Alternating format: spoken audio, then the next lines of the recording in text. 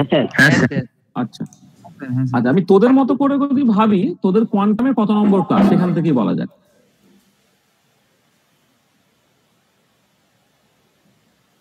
তোদের ক্লাস কত নম্বর? 6 নম্বর। 6 নম্বর sir, lecture 6 sir আছে।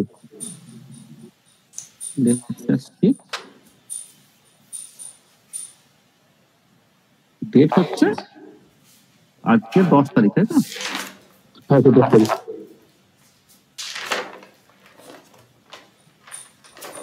যেখানে অসুবিধা হবে আমাকে ধরাবি। হ্যাঁ, মানে আজকের ক্লাসটা মানে বিএসসি ছেলেরা তো অবশ্যই বুঝতে পারবে, এমএসসি ছেলেরা জানে, বুঝতে কোনো অসুবিধা হবে না।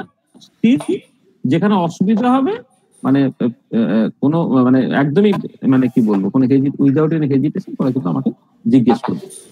আর আজকে আমরা বেসিক্যালি যে জিনিসটা নিয়ে আলোচনা করব সেটা হচ্ছে ওয়েভ পার্টিকেল ডুয়েলিটি।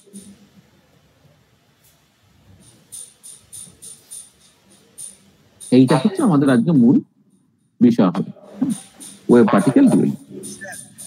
আচ্ছা হ্যাঁ বলো। আগের দিন স্যার বলছিলাম, আগের দিনে একটা প্রবলেম ছিল, জিজ্ঞাসা করবো?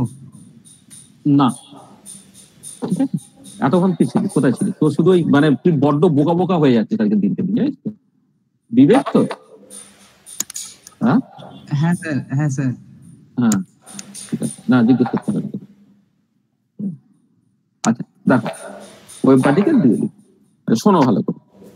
দেখো, আমরা আমাদের ইন্ট্রোডাক্টরি ক্লাসটা শুরু করেছিলাম এরকম একটা জায়গা দিয়ে। আমি বলেছিলাম যে 19বিংশ শতাব্দীর শেষ 3 দশক ধরে বা বিংশ শতাব্দীর প্রথম 3 দশক ধরে মানুষ কতগুলো ঘটনা দেখলো, যে ঘটনাগুলোকে সকল ক্লাসিক্যাল ফিজিক্সে ব্যাখ্যা করা সম্ভব হচ্ছে না। আজ আমরা বলেছিলাম এই যে বক্তব্যটা, এই বক্তব্যটা কতগুলো প্রশ্নের জন্ম দেবে। সেই প্রশ্নগুলো যদি আমি সদুত্তর দিতে পারি, তাহলেই কিন্তু কোয়ান্টাম মেকানিক্সের জার্নিটা আমাদের কাছে পরিষ্কার হয়ে যাবে। আমরা প্রথমে বলেছিলাম কিসের ঘটনা, যে ঘটনাগুলোকে সকল ক্লাসিক্যাল ফিজিক্সে ব্যাখ্যা করা সম্ভব হচ্ছে না। সেই ঘটনাগুলো আমি খানাস্টেক ঘটনার কথা বলেছিলাম। তারপরে প্রথম ছিল black body energy distribution, second ছিল ফটো ইলেকট্রিক এফেক্ট, থার্ড ছিল কম্পটন এফেক্ট, তাছাড়া temperature dependence of heat capacity of solid, atomic line spectra, হ্যাঁ তোমার রামান এফেক্ট, স্টার্ন গার্লাক এক্সপেরিমেন্ট, ইলেকট্রন ডিফ্রাকশন এক্সপেরিমেন্ট ইত্যাদি ইত্যাদি। এরকম 8-10টা আমি ফেনোমেনার কথা বলেছিলাম যেখানে ক্লাসিক্যাল ফিজিক্স ফেল করেছে। আর তারপরে আমাদের আস্তে আস্তে বেশ কিছু কিছু কোশ্চেনে আমি ঢুকেছিলাম যে ক্লাসিক্যাল ফিজিক্স বলতে আমি কি বুঝছি, ক্লাসিক্যাল ফিজিক্স কেন এই ঘটনাগুলোকে ব্যাখ্যা করতে পারছে না, আর ক্লাসিক্যাল ফিজিক্স কেন এই ঘটনাগুলোকে ব্যাখ্যা করতে পারছে না তার এক কথায় উত্তর দিয়েছিলাম। সেটা হচ্ছে এই যে ক্লাসিক্যাল ফিজিক্স এটা ধরে নেওয়া হয় যে এনার্জি হচ্ছে তোমার কন্টিনিউয়াস কোয়ান্টিটি এবং এনার্জি এক্সচেঞ্জটা কন্টিনিউয়াসলি ঘটছে, কিন্তু মাইক্রোস্কোপিক ওয়ার্ল্ডে বা সাবঅ্যাটমিক ওয়ার্ল্ডে বা কোয়ান্টাম ওয়ার্ল্ডে যেটা দেখতে পাওয়া গেল সেটা হচ্ছে এই যে এনার্জির দেওয়া নেওয়াটা কিন্তু ডিসক্রিট বা কোয়ান্টাইজড হয়েছে ঘটছে। তাহলে এই এনার্জির যে ডিসক্রিট বা কোয়ান্টাইজেশনটা, অর্থাৎ এনার্জির দেওয়া নেওয়াটা যে কোনো আরবিট্রারি অ্যামাউন্টে হতে পারবে না, কিছু মানে প্যাকেট প্যাকেট ওয়েতে হতে হবে, হ্যাঁ, বা ডিসক্রিট ওয়েতে হতে হবে। এই যে জায়গাটা, এই জায়গাটা হচ্ছে বেসিক্যালি ক্রুশিয়াল। তারপর আমরা আবার বলার চেষ্টা করেছিলাম যে কেন এনার্জিটা ডিসক্রিট বা কোয়ান্টাইজ। তার উত্তর বলা হয়েছিল যে আনসার্টেনিটি প্রিন্সিপাল আছে বলে। ক্লাসিক্যাল ফিজিক্সে ধরে নেওয়া হয় যে পজিশন এবং মোমেন্টাম দুটোকেই সাইমালটেনিয়াসলি আরবিট্রারি ফিজিক্যাল মাপা যায়, কিন্তু অ্যাকচুয়ালি দেখানো যায় এবং মাইক্রোস্কোপিক ওয়ার্ল্ডে সেটা হয়ও যে পজিশন এবং মোমেন্টাম দুটোকে সাইমালটেনিয়াসলি আরবিট্রারি ফিজিক্যাল মাপা যাচ্ছে না।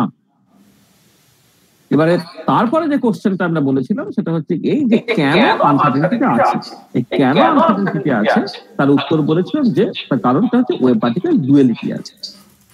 তাহলে দেখো, মানে আর ভেতরে কিন্তু আমরা ঢুকিনি। তার মানে একটা এনএসসি কোয়ান্টাম মেকানিক্স, মানে যারা বেসিক্যালি কিছুটা কোয়ান্টাম মেকানিক্স শিখে এসেছে তাদের জন্য একটা ঠিক টার্নিং পয়েন্ট হতে পারে এই, সেটা হচ্ছে ওয়েভ পার্টিকেল ডুয়ালিটি। কারণ ওইখান থেকেই কিন্তু কোয়ান্টাম মেকানিক্সের রহস্যটা লুকিয়ে আছে।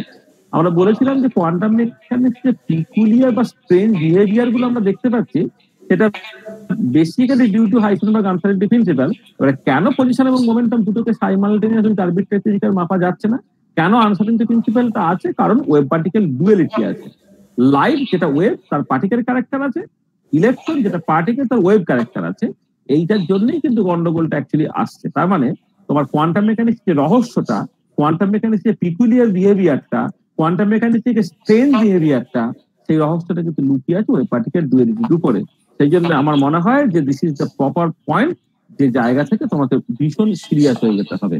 মানে এর আগে যে black body radiation, photo electric effect এবং কোয়ান্টাম এফেক্ট পড়েছি, এছাড়া temperature dependent hit capacity of solid আমরা আগে সেমিস্টারে পড়ে নিয়েছি, মানে আমরা সলিড স্টেট আমরা পড়বো।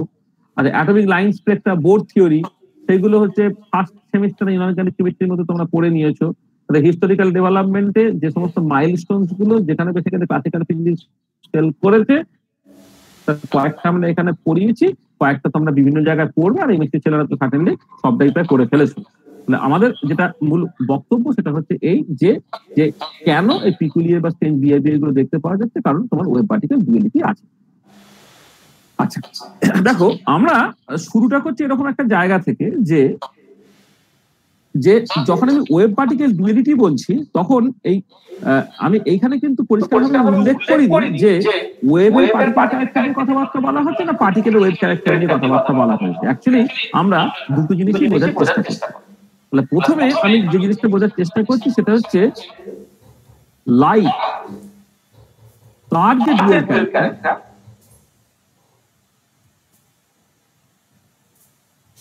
সেইটা প্রথমে দেখতে পাচ্ছি। লাইটের যে ডুয়াল ক্যারেক্টার, সেই জায়গাটা আমি প্রথমে একটুখানি এমফাসিস দেওয়ার চেষ্টা করছি। আচ্ছা, একটা জিনিস দেখো, তুমি যদি লাইট তার নেচারটা কি সেটা কিন্তু তুমি হিস্টোরিক্যালি দেখো, যেটা আমরা আগে আলোচনা করেছিলাম, সেই নিউটন কর্পাসকুলার থিওরি থেকে শুরু করে হাইগেনবার্গ ফ্রেসনেলের wave theory, Maxwell's electromagnetic theory থেকে শুরু করে লেটেস্ট হচ্ছে ফটো ইলেকট্রিক এবং কোয়ান্টাম ইফেক্ট, এই ফেনোমেননগুলো যদি তুমি পরিষ্কারভাবে দেখো, তাহলে তুমি কি দেখছো না কিছু কিছু এক্সপেরিমেন্টে লাইট ওয়েভের মতো বিহেভ করছে। দেয়ার আর সাম experiment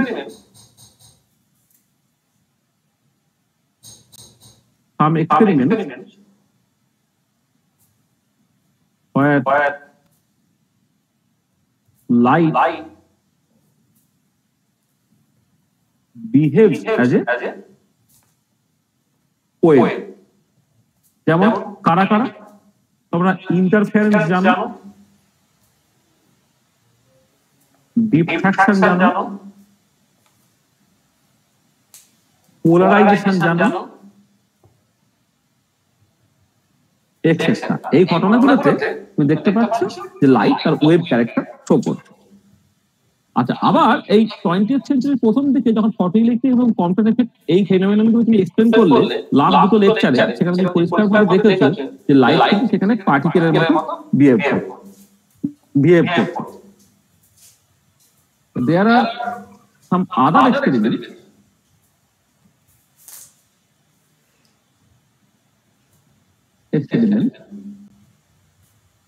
where light behaves as a particle.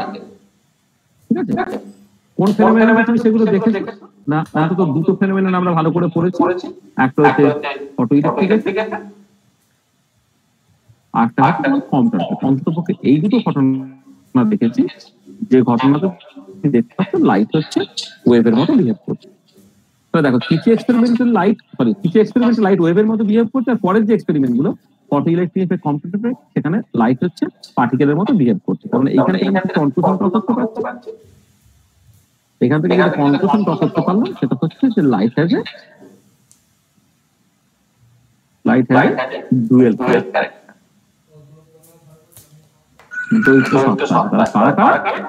একটা হচ্ছে ওয়েভ,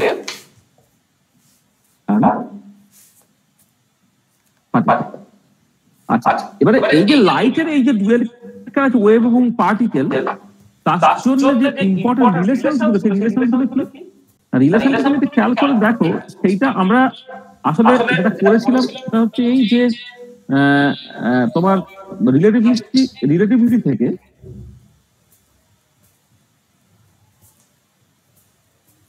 রিলেটিভিস্টিক ইকুয়েশনটা কি ছিল? রিলেটিভিস্টিক ইকুয়েশনটা ছিল হচ্ছে p square equal to p square c square plus m0 square c to the power 4। এইটা একটা ইকুয়েশন ছিল।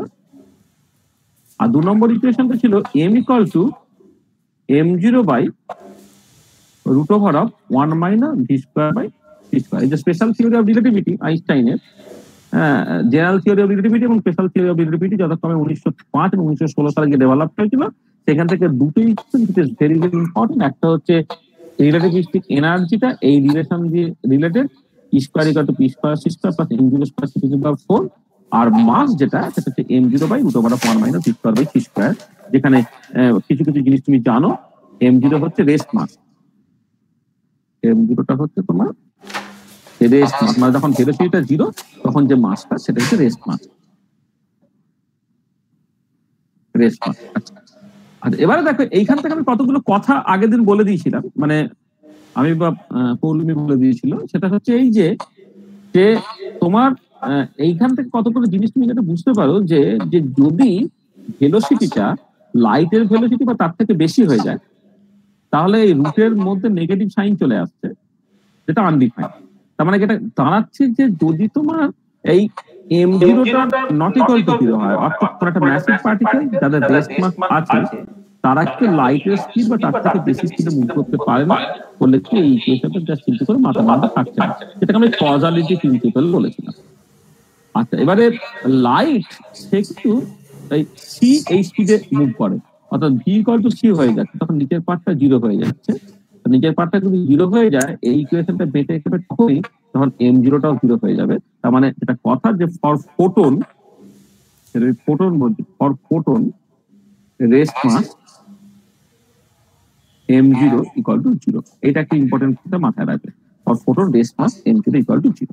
তাহলে এবারে যদি তাহলে এইটা আগের দিন ভালো করে আলোচনা করা হয়েছে, আমি এখানে আর অত ডিটেলে বলছি না। সবসময় খেয়াল রাখবে যে ম্যাসিভ পার্টিকেল যার M0টা নট 0 সে কখনো লাইটের স্পিড বা তার থেকে বেশি স্পিডে মুভ করতে পারবে না। আর ফোটন সে লাইটের স্পিডে মুভ করে, অর্থাৎ ডিনোমিনেটর পার্টটা 0 হয়ে যাচ্ছে, তাহলে এই ইকুয়েশনটা বাঁচবে তখনই যখন পার্টটা 0, ফোটনের রেস্ট মাসটা 0। আচ্ছা, যখনই ফোটনের রেস্ট মাসটা তুমি 0 বললে, তাহলে এই ইকুয়েশন তোমায় কি বলে দিল? হ্যাঁ হ্যাঁ হ্যাঁ,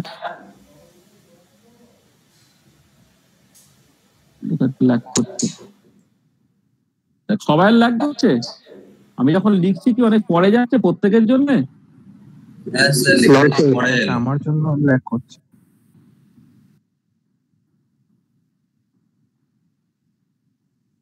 ঠিক আছে, তাহলে নেটের হচ্ছে,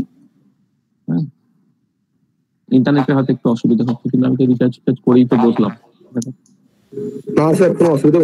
যেটা কথা হচ্ছে যে ঠিক আছে, দেখো যেটা হচ্ছে যে ফোটনের রেস্ট মাস 0, ঠিক আছে? ফোটনের রেস্ট মাস যদি 0 হয়, তাহলে এই ইকুয়েশনে এই পার্টটা তোমার 0 হয়ে গেল। তাহলে কি দাঁড়াচ্ছে? সেটা হচ্ছে এই যে ফোটন ইকুয়াল টু হয়ে গেল কিন্তু পিসি, ফোটনের কিন্তু এনার্জিটা হয়ে গেল পিসি, এই ইকুয়েশন কি পেয়ে গেলে। এই যে M0টা কিন্তু 0 হয়ে যাচ্ছে ফোটনের জন্য, তাহলে ইকুয়াল টু পিসি হয়ে গেল, তাহলে ফোটন ইকুয়াল টু পিসি। তাহলে এইটা ধরো তোমার একটা ইকুয়েশন আমি বললাম। আর কি ছিল? আর আমরা যেটা জানি যে we know from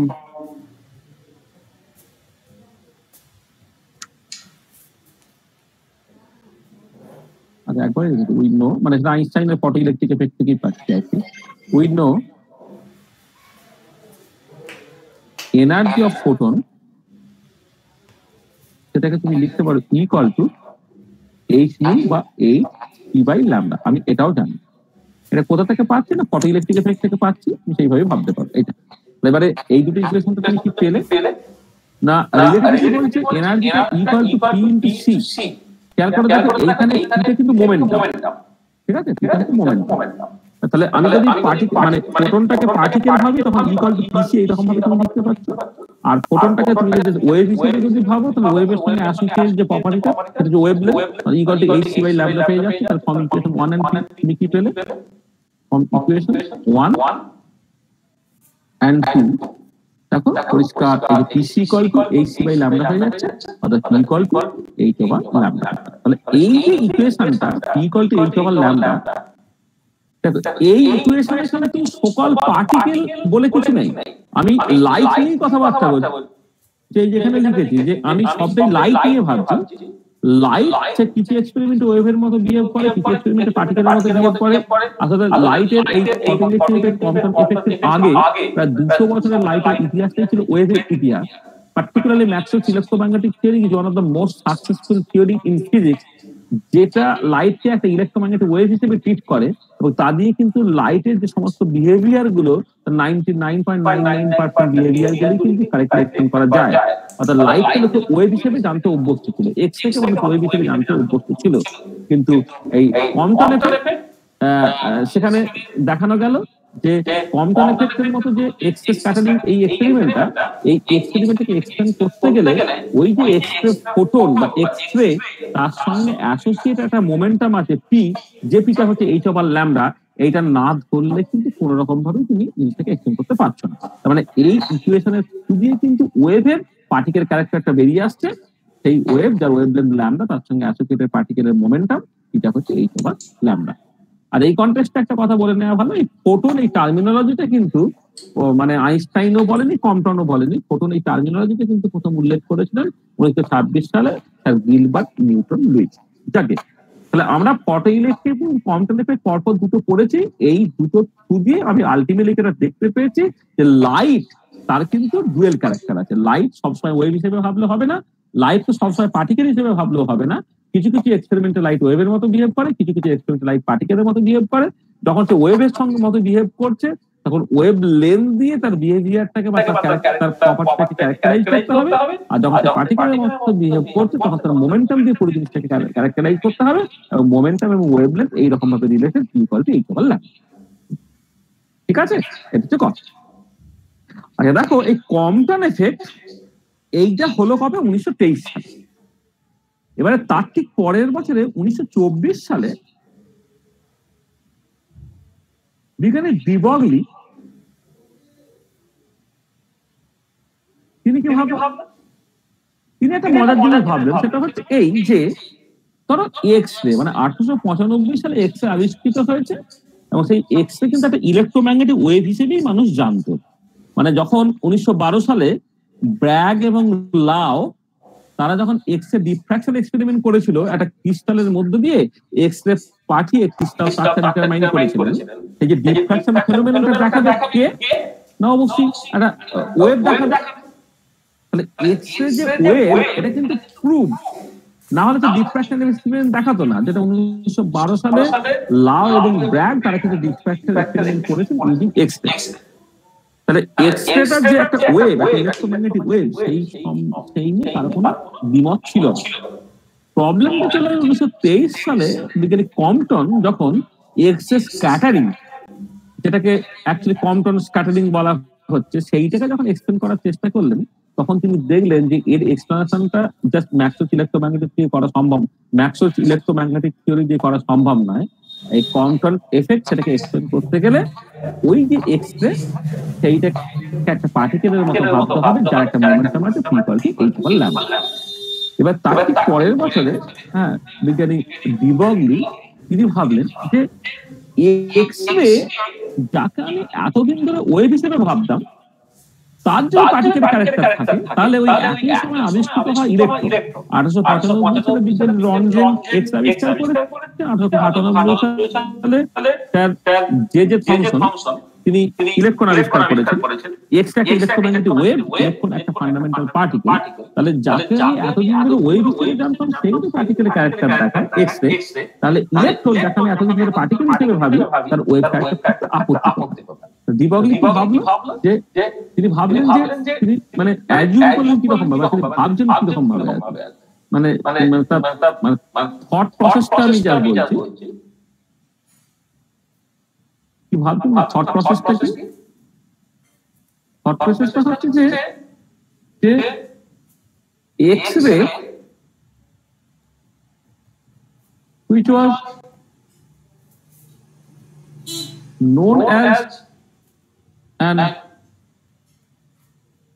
electromagnetic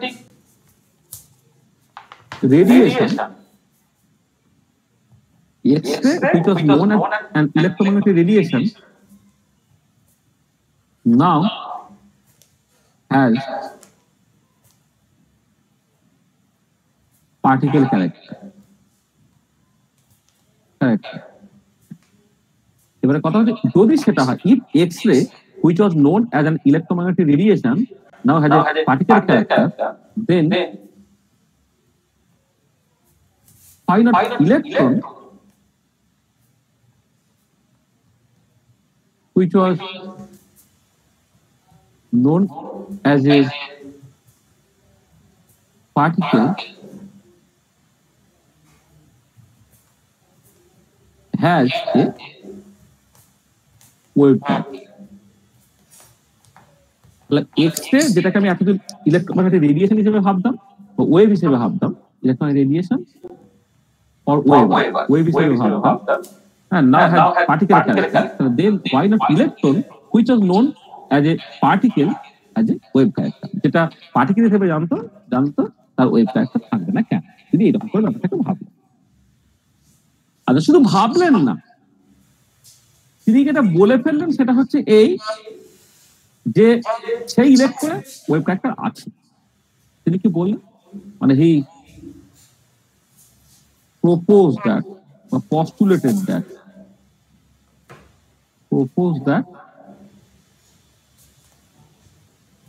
electron has a wave pattern. মানে শুধু ভাবা না, তিনি প্রপোজও করে ফেললেন যে বা পস্টুলেটেড যে ইলেকট্রনের একটা ওয়েভ প্যাটার্ন আছে। আর এবারে দেখো, ইলেকট্রন সেটা পার্টিকেল হিসেবে আমরা জানি, মানে লোকে জানে, এবং ইলেকট্রনটা যে পার্টিকেল তার চার্জ বাই মাস রেশিও এইটা আবিষ্কার করে বিজ্ঞানী জেজে থমসন নোবেল পেয়ে গেছে 1913 সালে। যখন বোর থিওরি এলো, বোর থিওরিতেও কিন্তু ইলেকট্রনটাকে পার্টিকেল হিসেবে ঠিক করা হয়েছে। ইলেকট্রন একটা পার্টিকেল যেটা নিউক্লিয়াসের চারিদিকে সার্কুলার অরবিটে ঘুরছে, যেখানে অ্যাঙ্গুলার মোমেন্টামটা mvr এই সমস্ত পাই ম্যাথমেটিক্যাল মাল্টিপল হয়, তারপর অ্যাঙ্গুলার মোমেন্টাম যেখানে মাস হচ্ছে গেছে, তার মানে ইলেকট্রনটাকে পার্টিকেল হিসেবে ধরা হচ্ছে। এবং ইলেকট্রনটাকে পার্টিকেল হিসেবে ধরে যে বোর থিওরি হয়েছে সেটা আমার মনে হয় মোস্ট সাকসেসফুল থিওরি, যে থিওরি দিয়ে কিন্তু সেই অ্যাটমিক নাইন স্ট্রাকচার থেকে শুরু করে রিডবার্গ ফরস্টার থেকে শুরু করে বামার সিরিজ থেকে শুরু করে সমস্ত লং লাস্টেড এক্সপেরিমেন্টাল ফেনোমেননগুলোকে কিন্তু ব্যাখ্যা করা সম্ভব। মানে বোর থিওরি সেই রেসপেক্টে কোয়ান্টাম যে হিস্ট্রি সেখানে একটা মাইলস্টোন, মানে দিস ইজ মানে ভেরি ভেরি ইম্পর্টেন্ট থিওরি এবং ভেরি ভেরি সাকসেসফুল থিওরি। হঠাৎ করে মানে ইলেকট্রন যেটা লাস্ট 25 বছর ধরে 27 বছর ধরে লোকে পার্টিকেল হিসেবে ভেবে এসেছে, পার্টিকেল ধরে নিয়েই বোর থিওরি হয়েছে, এবং তা নিয়ে ইলেকট্রন সংক্রান্ত বা অ্যাটমিক স্ট্রাকচার সংক্রান্তটা সবকিছু এক্সপ্লেন করে দেওয়া সম্ভব হচ্ছে।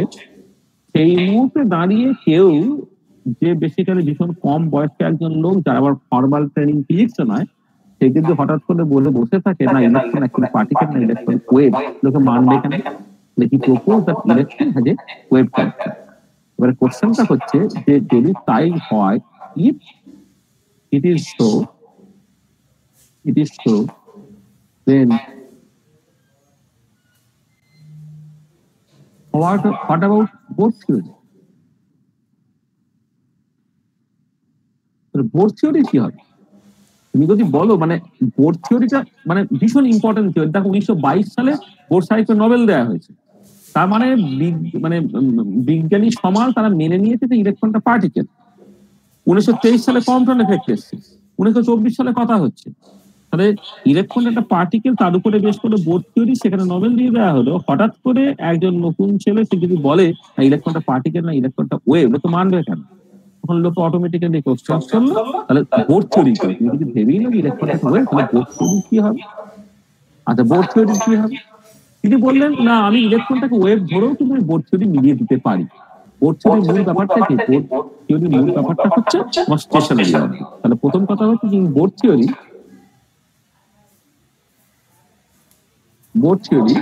এক নম্বর হচ্ছে অরবিটস আর স্টেশনারি, আর 2 নম্বর হচ্ছে এটা মোস্ট ইম্পর্টেন্ট পয়েন্ট, যে অ্যাঙ্গুলার মোমেন্টাম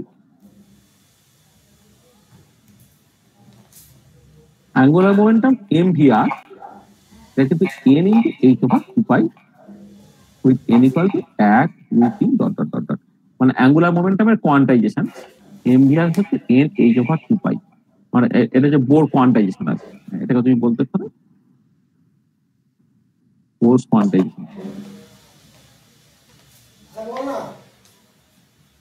এটা যে বোর্ড কন্ট্রাডিকশন প্রিন্সিপাল, মানে বোর্ড থেকে মূল দুটো ব্যাপার হচ্ছে যে অরবিটাল স্টেশনারি আর অ্যাঙ্গুলার মোমেন্টামটা হচ্ছে h/2 ইন্টিগ্রাল মাল্টিপল হবে, এই দুটো কথা। প্রথম কথা হচ্ছে যদি আমি আজকে ইলেকট্রনটাকে পার্টিকেল না ভেবে ওয়েভ ভাবি, তাহলে স্টেশনারি অরবিট আমি পাবো কি করে? সেইখানে ডি ব্রগলি সাজেস্ট করলেন, de Broglie suggested that we have a stationary orbit that must fit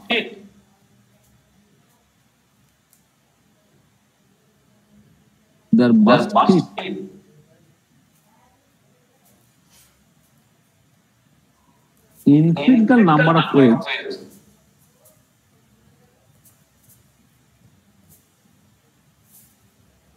within the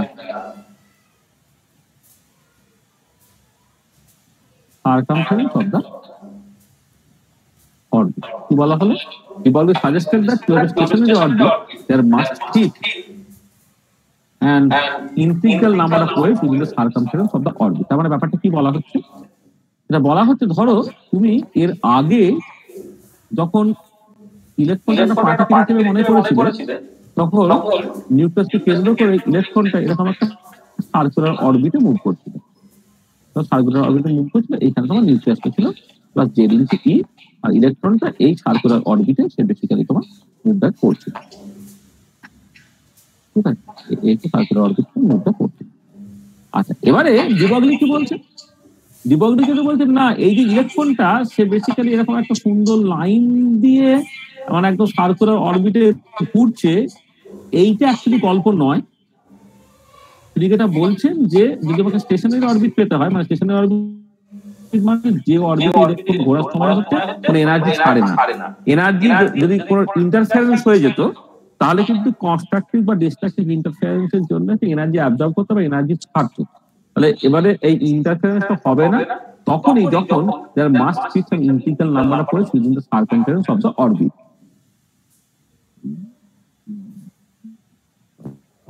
ধরো ব্যাপারটা কিরকম? ব্যাপারটা হচ্ছে তিনি যেটা বলছেন ইলেকট্রনটা পার্টিকেলের মতো যাচ্ছে না, তার বদলে ইলেকট্রনটা তোমার এরকম সাপের মতো এঁকে বেঁকে ওয়েভের মতো যাচ্ছে, এঁকে বেঁকে যাচ্ছে।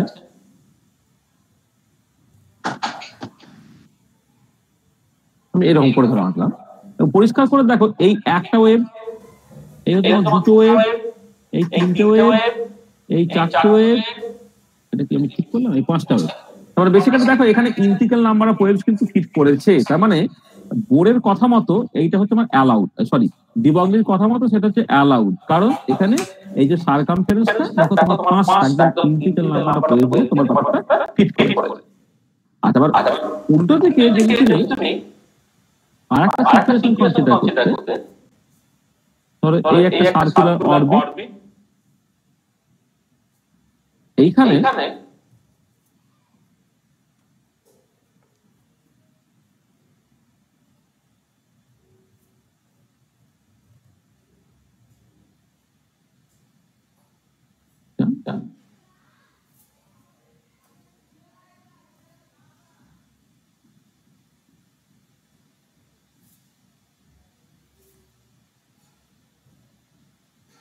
মানে এই যে পুরো ফিট করলো, তাহলে এটা হচ্ছে নট অ্যালাউড। মানে এইটা করলে কি হবে, এরপরে যখন সে ঘুরবে, ধরো এরকম ভাবে যখন সে নেক্সট ঘুরবে তখন হচ্ছে কি এই দুটো ফিল্ড পাল্টে গেল, তার মানে ডিস্ট্রাকটিভ ইন্টারফারেন্স হবে। ডিস্ট্রাকটিভ ইন্টারফারেন্স হলে হচ্ছে অ্যামপ্লিটিউড কমবে, আর অ্যামপ্লিটিউডের স্কোয়ারের সঙ্গে এনার্জিটা, মানে এটা কমবে, তার মানে এনার্জি ছেড়ে দেবে, তখন আর স্টেশনারি অরবিট তুমি পাবে না। তার মানে যেটা দাঁড়াচ্ছে কি to have a stationary orbit there must be some integral number of waves within the circumference of the orbit. তার ম্যাথমেটিক্যাল মানেটা হচ্ছে সারকামফারেন্স যদি রেডিয়াস তোমার আর হয়, এই যে রেডিয়াস যদি আর হয় তাহলে 2π r, সেটা হতে হবে কত, n ইনটু ল্যামডা। এইটা হতে হবে যেখানে nটা ইন্টিজার 1 2 3 মানে কি হলো দেখো, স্টেশনারি অরবিট পেতে গেলে যেটা de Broglie সাজেস্ট করলে যে there must fit some universal number of wave within the circumference of the orbit. যদি আমার এই অরবিটের রেডিয়াস তোমার আর হয় তাহলে 2πr হচ্ছে সার্কামফারেন্স বা পেরিমিটারটা, সেটা হচ্ছে ল্যামডার ইন্টিগ্রাল মাল্টিপল হবে, অর্থাৎ 2πr equal to n into lambda আর n equal to 1 degree dot dot. তাহলে দেখো তাহলে স্টেশনের অরবিট পেতে গেলে এই কন্ডিশনটা স্যাটিসফাই করতে হবে, সেটা বলা। আচ্ছা এবারে দেখো যে বোর কোয়ান্টাইজেশন রুল বলছে mvr ইকুয়াল টু n ইজ ওভার 2π, আর স্টেশনারি অরবিট পেতে গেলে হচ্ছে তোমাকে পেতে হবে কত 2πr equal to n into lambda. তাহলে এখান থেকে ফ্রম ইকুয়েশন 1 and 2 তুমি কি পাচ্ছ? ফ্রম ইকুয়েশন 1 and 2 বিকজ বসিয়ে দাও, বসিয়ে দিয়ে কি দাঁড়াচ্ছে তোমার দেখো পরিষ্কার যেটা দাঁড়াচ্ছে lambda equal to h over mv, মানে বেসিক্যালি h ওভার।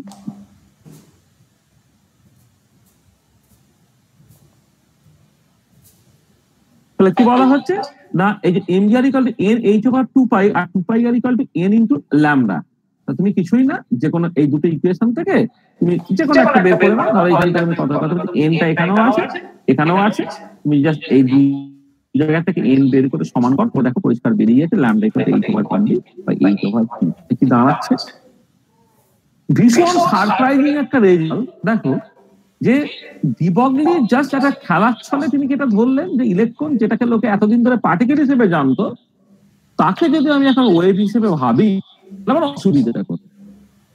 অবভিয়াসলি তার দাদা যেহেতু ফিজিসিস্ট ছিল, হ্যাঁ দাদার সাথে আলোচনা করে যেটা দাঁড়াচ্ছে সেটা হচ্ছে দাদা বলছে যে দেখো তুমি এরকম বলতেই পারো কিন্তু বোর থিওরি বলতে কত সিনিয়র মাস্টারমশাই, মানে বোর আইনস্টাইন এরেনফেস্ট পাউলি এরা খুব সিনিয়র, সেই রেসপেক্টে de Broglie অনেকটা জুনিয়র। দেখো সিনিয়র মাস্টারমশাই বোর সাহেব অলরেডি নোবেল পেয়ে গেছে ইলেকট্রনটাকে পার্টিকেল ধরে নিয়ে, তার জে থমসন সেও নোবেল পেয়ে গেছে ইলেকট্রনটাকে পার্টিকেল ধরে নিয়ে। আজকে তুমি যদি বলো যে ইলেকট্রনটা পার্টিকেল ওয়েভ, তোমাকে লোকে মারতে আসবে। তো তাকে প্রথমে তোমাকে বোর থিওরিটা করে দেখো আমি ইলেকট্রনটাকে ওয়েভ ধরেও কিন্তু আমি বোর থিওরিটাকে বাঁচিয়ে দিতে পারি। কেমন করে বাঁচিয়ে দিল দেখো, অরবিট পাওয়ার জন্য 2πr equal to n lambda ধরে নেই, আর বোর কোয়ান্টিটেশন করতে স্যাটিসফাইড হবে তখনই যখন ইলেকট্রনের সঙ্গে অ্যাসোসিয়েটেড ওয়েভের ওয়েভলেন্থ h ওভার mv বা h ওভার p হবে। সারপ্রাইজিংলি এই ইকুয়েশনটা দেখো এই ফোটনের ক্ষেত্রে বা লাইটের ক্ষেত্রে মোমেন্টাম এবং ওয়েভলেন্থের যে টাইপের সম্পর্ক এই টাইপের সেই টাইপের সম্পর্ক। তার মানে যেটা দাঁড়াচ্ছে যে যে যে even if electron is assumed to be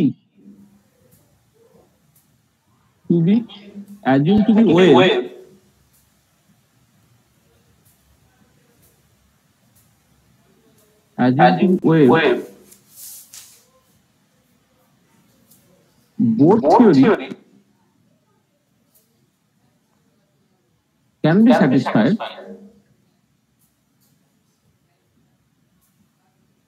if wavelength associated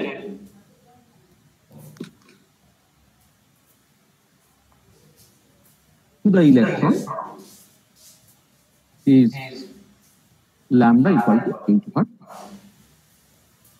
মানে আমি বেঁচে যেতে পারি, মানে ইলেকট্রনটাকে ওয়েভ ধরে আমি বোর থিওরি বাঁচিয়ে দিতে পারি ওই ওয়েভলেন্থটা h ওভার p ধরা, ঠিক আছে।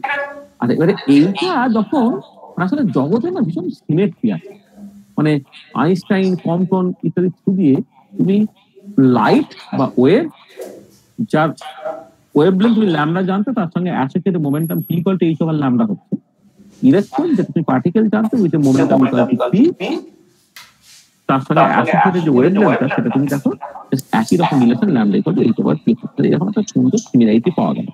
এই সিমিলারিটি পাওয়ার পরে না de Broglie বেশ জেগে গেল। de Broglie মানে আরো এক ধাপ এগিয়ে একটা জেনারেল কনক্লুশনে পৌঁছে গেলেন। একটা তিনি এখান থেকে একটা জেনারেল কনক্লুশনে পৌঁছালেন, হ্যাঁ মানে জেনারেল কনক্লুশনটা বেসিক্যালি হাইপোথিসিস, সেটা হচ্ছে de Broglie হাইপোথিসিস। কোনো প্রুফ নেই কিন্তু এটাকে হাইপোথিসিস বলছি। de Broglie হাইপোথিসিস সেটা কি বলছে? বলছে শুধু ইলেকট্রন কেন, যে কোনো মুভিং পার্টিকেলের সঙ্গে একটা অ্যাসোসিয়েটেড ওয়েভ আছে। তাহলে for every moving particle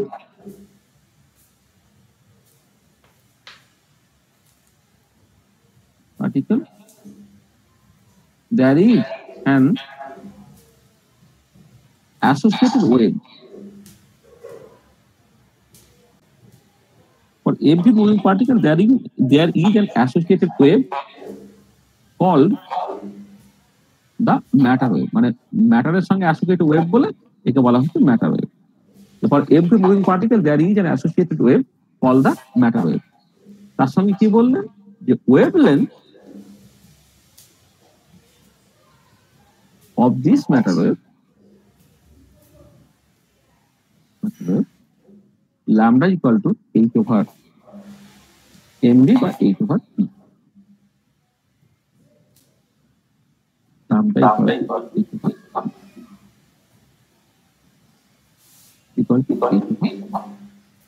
m.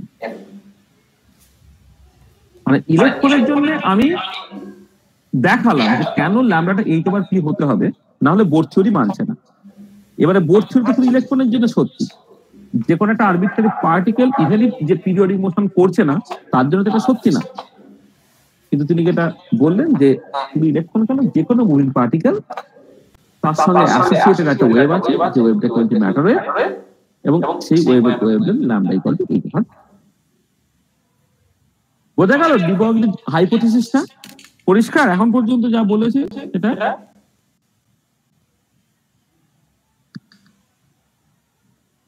কি গো এখন পর্যন্ত যা বলেছে পরিষ্কার?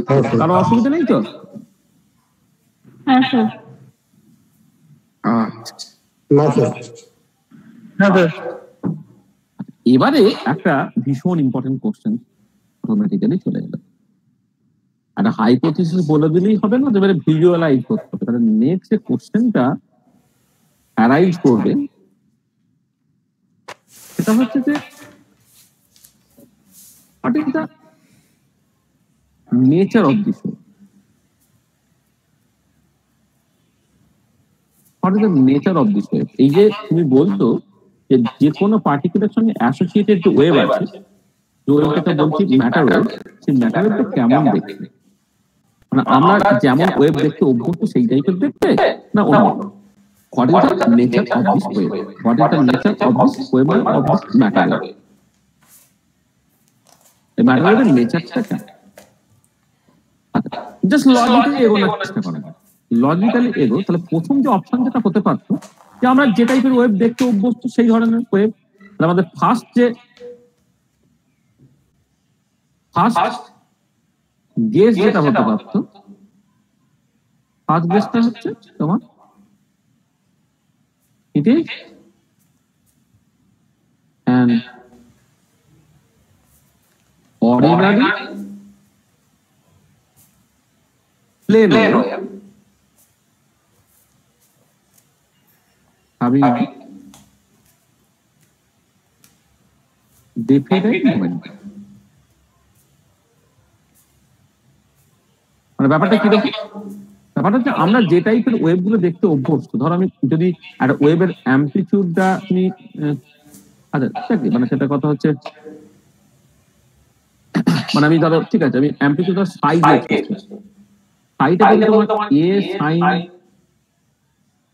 ওমেগা টি প্লাস এক্স টাইপের দেখতে হয়, অথবা B cos omega t plus minus কেস এই টাইপের দেখতে হয়, অথবা তাদের কম্বিনেশন ধরো C e to the power i omega t plus minus কে।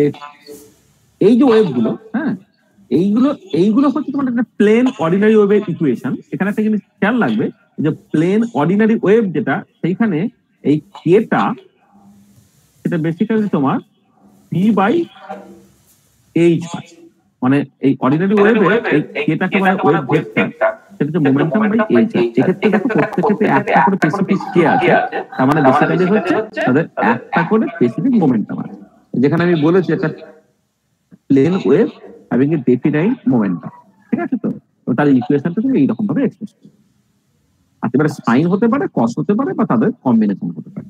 আর এবারে এই যে পার্টিকুলার ওয়েভটা, এই পার্টিকুলার ওয়েভটাকে তুমি যদি প্লট করো কি হবে?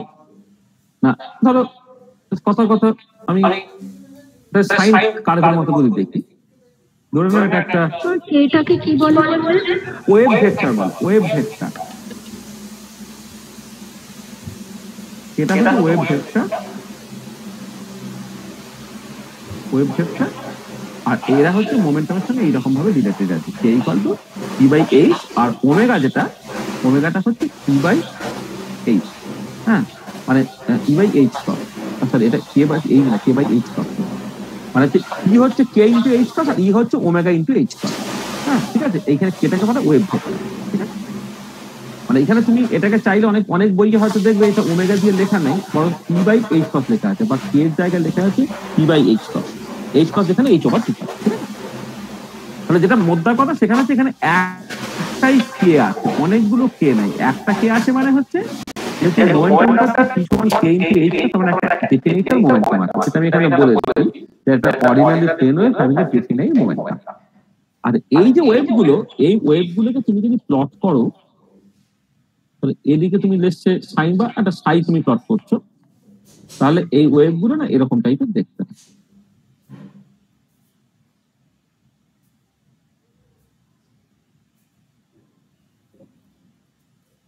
এবং এইটা এদিকে চলতেই থাকবে চলতেই থাকবে, আমি সাইন কার্ভের মতো করে আঁকছি, এদিকে করলে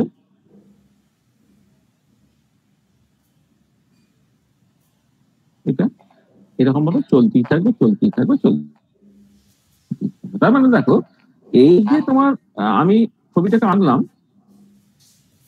এই ছবিটাকে আঁকলাম,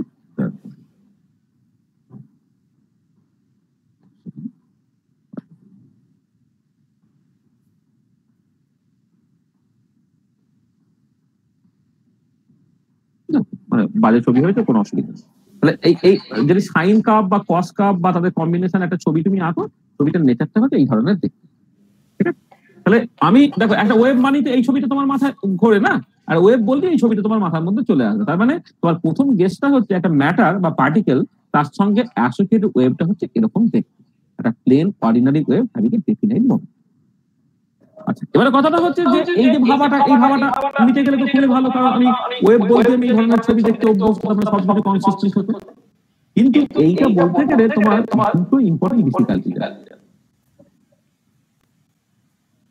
দুটো ইম্পর্টেন্ট ডিফিকাল্টি, কি আচ্ছা এক নম্বর ডিফিকাল্টি যেটা, সেটা খেয়াল করে দেখা যে তোমার প্রথম যে মানে যে ডিফিকাল্টিটা সেটা হচ্ছে যে এই যে অর্ডিনারি ওয়েভ বা প্লেন ওয়েভ এরা কমপ্লিটলি ডিলোকালাইজ, অর্থাৎ এইটা আমি তো এই এক্স এর সঙ্গে ফাই এর প্লটটাকে করছি, দেখো এক্স টা প্লাস ইনফিনিটি থেকে মাইনাস ইনফিনিটি সর্বোচ্চ কিছুতে যেতে পারে, তাহলে এটা মেজর ডিফিকাল্টি, সেটা এই একটা পার্টিকেল একটা ইলেকট্রন যখন বলছো কোন একটা নির্দিষ্ট মুহূর্তে পার্টিকেলটা কিন্তু একটা নির্দিষ্ট পয়েন্টে বা তার অ্যারাউন্ডেই আছে, অর্থাৎ পার্টিকেল লোকালাইজ, সেই জায়গায় খুঁজলে তুমি কিন্তু পার্টিকেলটা দেখতে পাবে। আর হয় সেই পার্টিকেলের সঙ্গে অ্যাসোসিয়েটেড ওয়েভটা উইথ ইকুয়াল অ্যামপ্লিটিউড, এমন না যে কোথায় অ্যামপ্লিটিউড বেশি অর্থাৎ সেখানে তো পাওয়ার সম্ভাবনা বেশি, কোথায় অ্যামপ্লিটিউড কম অর্থাৎ সেখানে পাওয়ার সম্ভাবনা কম, এরকম না, আমরা সর্বোচ্চ ইকুয়াল অ্যামপ্লিটিউড নিয়ে হ্যাঁ বেসিক্যালি প্লাস মাইনাস থেকে মাইনাস ইনফিনিটি পর্যন্ত বিরাজ করছে। তাহলে যেটা দুটো ডিফিকাল্টি, প্রথম ডিফিকাল্টিটা হচ্ছে যে plane wave is completely delocalize, মানে মাইনাস থেকে প্লাস থেকে সর্বোচ্চই থাকতে পারে, completely delocalize, but particle is localize. তাহলে আমি দেখতে পাচ্ছি পার্টিকেলটা লোকালাইজ, এবার সেই পার্টিকেলটাকে যখন তুমি একটা ওয়েভ দিয়ে এক্সপ্রেস করছো প্লেন ওয়েভ দিয়ে, সেই ওয়েভটা হয়ে গেল ডিলোকালাইজ। তাহলে এই প্লেন ওয়েভ দিয়ে তুমি তাহলে একটা পার্টিকেলকে বুঝবে কি করে, তার লোকালাইজেশনকে ব্যাখ্যা করতে পারবে, এটা প্রথম ডিফিকাল্টি। আচ্ছা সেকেন্ড ডিফিকাল্টি কি? সেকেন্ড ডিফিকাল্টি হচ্ছে মজা। আচ্ছা তোমরা জানো নিশ্চয়ই যে সাইন বা কস বা এক্সপোনেনশিয়াল এই ভেতরের পার্টটা সাথে সাথে ইউনিটলেস নাম্বার হবে, তাহলে এটা যদি ইউনিটলেস নাম্বার হয় তাহলে ওমেগা টি আর কে, এই যে ওমেগা টি এবং কে তার তো যোগ হিসেবে আছে, ওমেগা টি যা মানে ওভারঅলটা যা ইউনিট হবে কে এক্স এর ইউনিট এক্স্যাক্টলি তাই হবে, এটা মাথায় রাখতে হবে। তোমাকে এটা জানা আছে যে মানে এই যে সাইনের ভেতর এখানে ঠিক আছে আমি ওমেগা টি প্লাস কেএক্স হিসেবে যদি থাকে তাহলে ওমেগা টির যা ইউনিট হবে কেএক্স এর এক্স্যাক্টলি সেই ইউনিটটা হবে। তার মানে আমি যেটা বলতে চাইছি সেটা হচ্ছে এই যে প্লেন ওয়েভ যেটা এই plane wave has only one velocity, একটাই মাত্র ভেলোসিটি আছে যাকে বলা হয় কল্ড দ্য ফেজ ভেলোসিটি। একটা প্লেন ওয়েভের একটাই ভেলোসিটি ফেজ ভেলোসিটি, কারণ সাইনের ভেতরে যে পার্টটা থাকে সেটা basically phase factor. Plane wave has only one velocity called the phase velocity, and it is defined as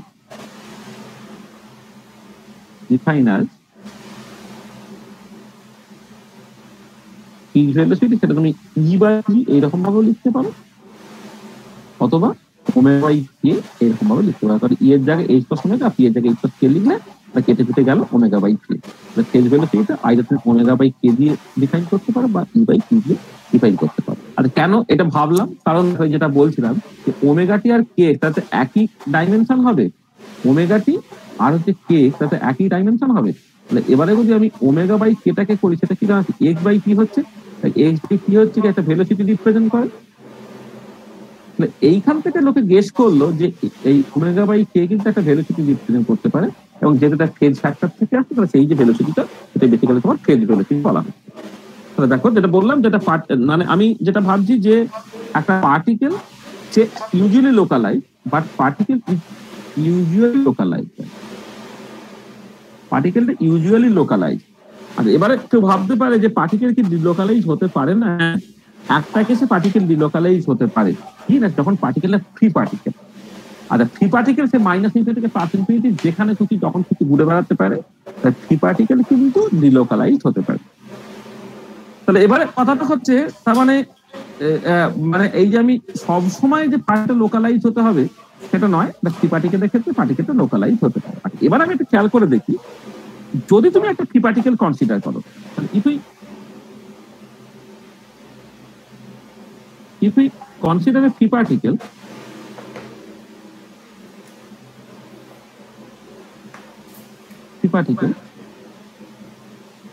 it is given by E, basically কি p square by twice, তাই তো? মানে একটা ফ্রি পার্টিকেলটা তো পোটেনশিয়াল এনার্জি নাই, particle free মানে তার পোটেনশিয়াল এনার্জিটা শূন্য, তার যে এনার্জিটা পুরোটাই কাইনেটিক এনার্জি, সেটা p square by twice m। তাহলে দেন ফেজ ভেলোসিটি কত,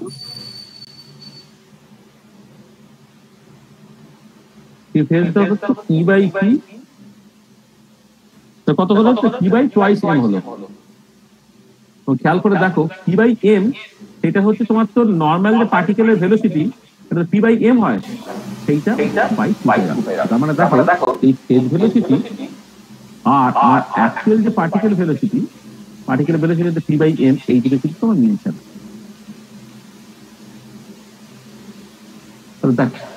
তাহলে প্রথম কথা হচ্ছে যে পার্টিকেল ইউজুয়ালি লোকালাইজ, কিন্তু যদি একটা পার্টিকেল তার সঙ্গে অ্যাসোসিয়েটেড ওয়েভটাকে আমি একটা plane ordinary wave having a definite momentum বলি, এটা কমপ্লিটলি ডিলোকালাইজ। তো এইখান থেকে আমি জাস্ট প্রথম বুঝতে পারলাম যে পার্টিকেলের সঙ্গে অ্যাসোসিয়েটেড ওয়েভটা ওখানে প্লেন অর্ডিনারি ওয়েভ হতে পারবে না, এক নম্বর। আর দু নম্বর হচ্ছে যে যদি আমি ধরে নিই যে ওই পার্টিকেলটা কিন্তু ফ্রি পার্টিকেল যেটা অ্যাকচুয়ালি ডিলোকালাইজ, তাহলেও চলবে না। তার কারণটা হচ্ছে এই যে প্লেন ওয়েভ তার সঙ্গে অ্যাসোসিয়েটেড একটাই ভেলোসিটি আছে, সেটা হচ্ছে ফেজ ভেলোসিটি। কিন্তু একটা ফ্রি পার্টিকেলের জন্য যে পার্টিকেল ভেলোসিটি সেটা p বাই m হবে, হ্যাঁ, তার মানে এটা দেখতে পাচ্ছি ফেজ ভেলোসিটিটা পার্টিকেল ভেলোসিটি অর্ধেক হয়ে যাচ্ছে, ফেজ ভেলোসিটি পার্টিকেল ভেলোসিটিটা মিলছে না।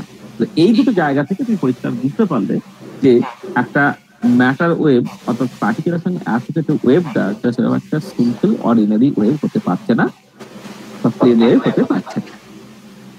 ঠিক আছে, বোঝা গেল?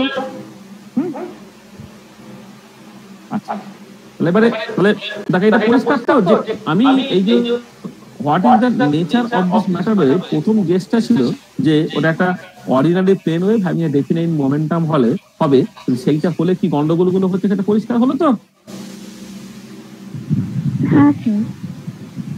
কি গো? So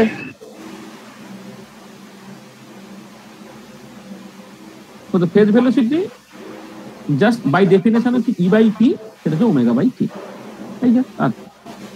আর এটা হচ্ছে আসছে কোথা থেকে না, এই যে সাইনের ভিতরে বা কসের ভিতরে বা এক্সপোনেনশিয়াল পার্টের যে ভেতরের পার্টটা আছে সেখানে ওমেগা টি আর কে, ওমেগা টির যা ইউনিট হবে এক্স এর একই ইউনিট হবে। তাহলে এইখান থেকে একটা এক্স বাই টি তুমি ডিফাইন করতে পারছো ওমেগা বাই কে দিয়ে, আর এক্স বাই টি এক্স হচ্ছে ডিসপ্লেসমেন্ট, এটা হচ্ছে টাইম, তাহলে এক্স বাই টি একটা ভেলোসিটি রিপ্রেজেন্ট করছে, যেটা ফেজ পার্ট থেকে আসছে বলে এটা হচ্ছে ফেজ ভেলোসিটি। ঠিক আছে, এটা পি পার্টিকেলের ক্ষেত্রে ফেজ ভেলোসিটি এবং পার্টিকেল ভেলোসিটি সমান করছে না, তার মানে ফেজ ভেলোসিটি একটা পার্টিকেলের ভেলোসিটি রিপ্রেজেন্ট করতে পারে না। আমি এখান থেকে যেটা বলতে পারছি একটা ফেজ ভেলোসিটি কিন্তু পার্টিকেলের ভেলোসিটিকে রিপ্রেজেন্ট করে না। এখান থেকে আমি যেটা বলতে পারছি যে phase velocity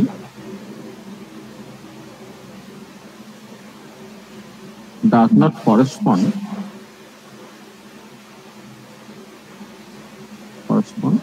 the particle velocity.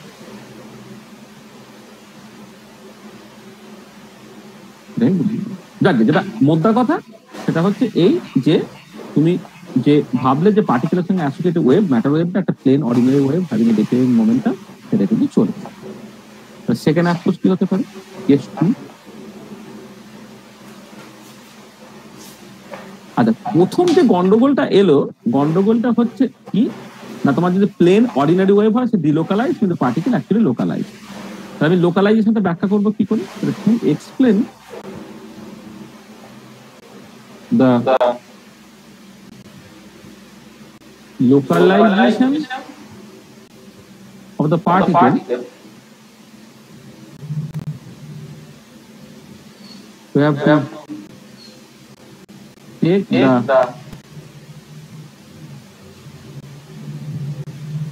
superposition of infinite number of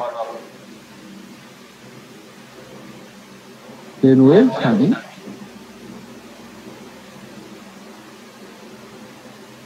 different momentum. To explain the localization of the particle, we have to take the superposition of infinite number of plane waves having different momentum. ব্যাপারটা কিরকম দেখো, তুমি একটা wave বা তরঙ্গ যদি তুমি দেখো, একটা সমুদ্রে হয়তো তুমি একটা ঢিল ছিল যেটা ওয়েভ তৈরি হয়েছে, দেখে তো ওয়েভটা ডিলোকালাইজ। যেটা কিন্তু খেয়াল করে দেখেছো যে ঢেউটা কোথায় সবচেয়ে বেশি তৈরি হয়, সেটা পাড় থেকে একটুখানি ভেতরে। মানে তুমি যদি দীঘা বা পুরীতে যাও, সেখানে যেটা দেখবে যে সমুদ্র থেকে একটা ঢেউ আসছে আর পাড়ে ধাক্কা খেয়ে একটা ঢেউ ছিটছে, তারা যখন একটা ঘাড়ে পড়লো তখন হঠাৎ অ্যাম্প্লিটিউডটা বেড়ে গেল। তুমি দেখবে যে ছোট যে অন্যান্য যে ঢেউগুলো যখন দুটা ঢেউ সুপারপোজ করছে না বা বেশ কিছু ঢেউ যখন সুপারপোজ করছে না, তার আগের সিচুয়েশনে একটা যখন ওয়েভ চলে যাচ্ছে, সেই ঢেউটা তোমার সেইভাবে চোখে পড়ছে না। যখনই দুটো ওয়েভ সুপারপোজ করে গেল তখন কিন্তু তার অ্যাম্প্লিটিউডটা প্রচন্ড বেড়ে গেল এবং সেই জায়গাটা তুমি বেসিক্যালি খেয়াল রাখতে পারছো। আমি যেখানে বলছি যে যদি পার্টিকেলটা এক্স্যাক্টলি লোকালাইজ হয়, অর্থাৎ কোন একটা নির্দিষ্ট মুহূর্তে পার্টিকেলটা এক্স্যাক্টলি একটা পজিশনে থাকে, তাহলে আমাকে যেটা করতে হবে সেই লোকালাইজেশনটা এক্সপ্লেন করার জন্য আমাকে infinite number of plane wave এবং ডিফারেন্ট মোমেন্টাম তোমাকে নিতে হবে। আর infinite number of plane wave with different momentum যদি তুমি নাও, তাহলে কি হয়, তাহলে যেটা হবে সেটা হচ্ছে এই যে মানে আলটিমেটলি যেটা দাঁড়াবে আর কি, এটা হচ্ছে যে এই যে তোমার ওয়েভগুলো, এইগুলো মানে তুমি মানে ওয়েভগুলো যেটা দেখবে যে অন্যান্য ঢেউগুলো তীব্রতা তোমার এত কমে গেছে, সেইগুলো নিয়ে বেশি মাথা ঘামানোর দরকার পড়ছে না। একটা পার্টিকুলার জায়গা আছে, যে পার্টিকুলার জায়গাতে হচ্ছে ঢেউটা প্রচন্ড প্রচন্ড প্রচন্ড প্রচন্ড তীব্র হয়ে গেছে। যেমন একটা ছোট জায়গা যদি ঢেউটা হচ্ছে প্রচন্ড হাইট হয়ে গেছে এবং তার রেসপেক্টে অন্যান্য জায়গায় ঢেউগুলো হাইটগুলো এত এত এত কম, সেগুলো তুমি যে সিম্পলি নেগলেক্ট করতে পারবে। এই যে ডিস্ট্রিবিউশনটা, এইটাকে বলা হয় delta function distribution. Delta function distribution মানে এই যে ছবিটা তুমি পাচ্ছ, এটাতে ডেল্টা ফাংশনের ছবি আছে।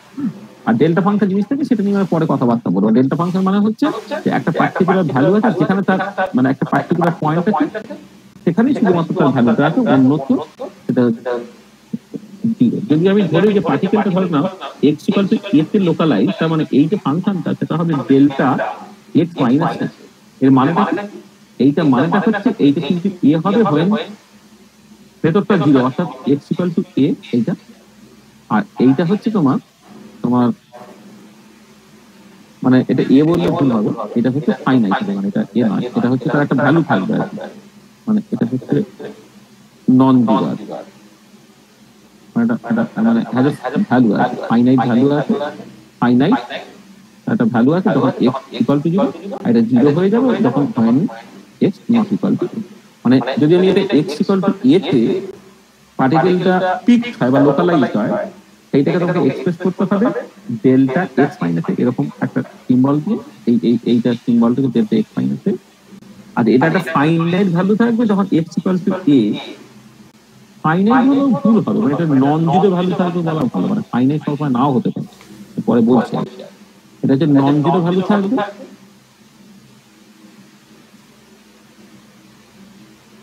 নন জিরো ভ্যালু থাকবে তখন এক্স ইকুয়াল টু আর আদারওয়াইজ সর্বোচ্চ জিরো হবে। এবং ইম্পর্টেন্ট পয়েন্ট যে ইন্টিগ্রাল আবার অল স্পেস যদি delta x minus a dx এই ইন্টিগ্রেটটা করো, সেইটা কিন্তু ওয়ান দেবে, this is very very important. ঠিক আছে, তাহলে যেটা বলছিলাম সেটা হচ্ছে এই যে দেখো এখন কি, এখন তুমি পরিষ্কার দেখতে পাচ্ছ আগে যেমন পার্টিকেলটা সর্বত্র আছে ঢেউয়ের মতো, এখন কিন্তু পার্টিকেলটা দেখো একটা পার্টিকুলার পয়েন্ট আছে, সেটা এক্স করছে এবং সেটাই হচ্ছে পার্টিকেলের পজিশন। তাহলে বোঝা গেল লোকালাইজেশনটা আমি এক্সটেন্ড করে ফেলতে পারলাম। ঠিক আছে, আচ্ছা এবারে এই পার্টিকুলার কেসে যেটা অসুবিধে সেটা হচ্ছে এই যে in this case position is definite suddenly, মানে একটা পার্টিকুলার পয়েন্টে যেহেতু তুমি দেখতে পাচ্ছ কিন্তু পজিশনটা definite, but momentum is completely arbitrary.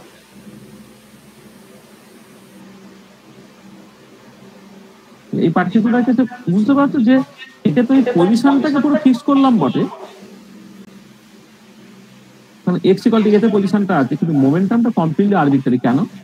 কারণ তোমাকে আলটিমেটলি এটা নিতে হয়েছে infinite number of plane waves with different momentum নিলেই হচ্ছে যে একটা পার্টিকুলার পয়েন্টে ফিক্স পাবে, নাহলে কিন্তু একটা রিজিয়নে ফিক্স হয়ে যাবে। তার মানে ব্যাপারটা দেখো যে আগে যে সমস্যাটা হলো, আগের সমস্যাটা যেটা হলো সেটা হচ্ছে এই যে পার্টিকুলার কেসে plane wave is completely delocalize but particle is usually localize. তার মানে এটা দাঁড়াচ্ছে এই যে সিচুয়েশনটায় জাস্ট মোমেন্টামটা definite. In this case, momentum is definite. কারণ আমি এখানে কি করেছিলাম না, আমার একটা ডেফিনাইট মোমেন্টাম ওয়ালা প্লেন ওয়েভই নিয়েছিলাম, কিন্তু মোমেন্টাম ইজ ডেফিনাইট, কিন্তু পজিশনটা কি হবে কমপ্লিটলি আরবিট্রারি, কারণ ডিলোকালাইজ মানে কি মাইনাস ইনফিনিটি থেকে প্লাস ইনফিনিটি যেখানে খুশি থাকতে পারে। কারণ এই particular momentum is definite but position is completely arbitrary. এই পার্টিকুলার কেসে প্রথম যে কেসটা আমি বললাম, পার্টিকুলার কেসে দেখো মোমেন্টামটা ডেফিনাইট, পজিশনটা কমপ্লিটলি আরবিট্রারি। আর সেকেন্ড যে কেসটা তুমি কনসিডার করলে কেস 2, এই কেসে দেখতে পাচ্ছ যে পজিশনটা ডেফিনাইট কিন্তু মোমেন্টামটা আরবিট্রারি। ঠিক আছে, এইটা। আর এবারে কথাটা হচ্ছে যে এই যে মোমেন্টামটা কমপ্লিটলি আরবিট্রারি তুমি বলছো, কিন্তু বাস্তবে কি হয়? বাস্তবে কিন্তু মোমেন্টামের একটা ডেফিনাইট ভ্যালু থাকে, মানে একটা পার্টিকুলার কিন্তু মোমেন্টামের একটা ডেফিনাইট ভ্যালু থাকে। তাহলে এক্ষেত্রে ডিফিকাল্টিটা কি হলো? এইটা যখন তুমি করছো এক্ষেত্রে মেজর ডিফিকাল্টিটা কি? মেজর ডিফিকাল্টিটা যেটা হচ্ছে সেটা হচ্ছে এই যে for a particle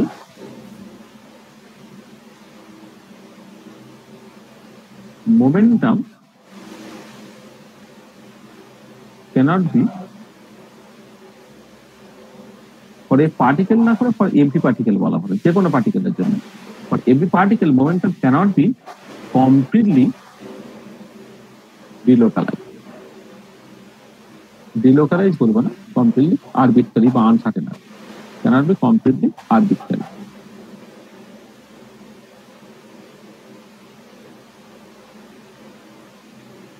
complete idea.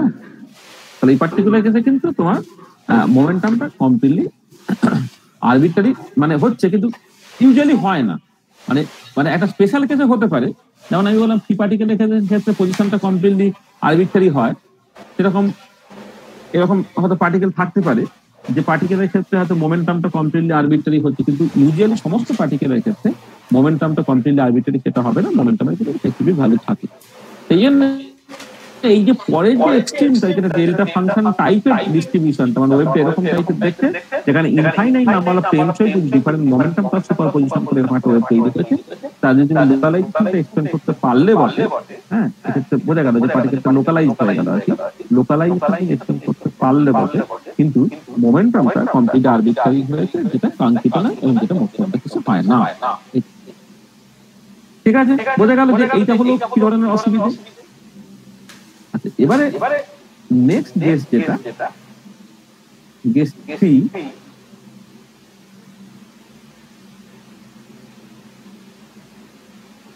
আচ্ছা গেস 3 বলতে কাজ করা যায় যদি এরকম হতো যে আমি প্রথমটা করেছিলাম প্লেন একটাই ডেফিনাইট মোমেন্টাম আছে, সেকেন্ড কেসটাকে এটা করলাম হচ্ছে অনেক infinite number of planes have different মানে মানে infinite number of planes have different momentum.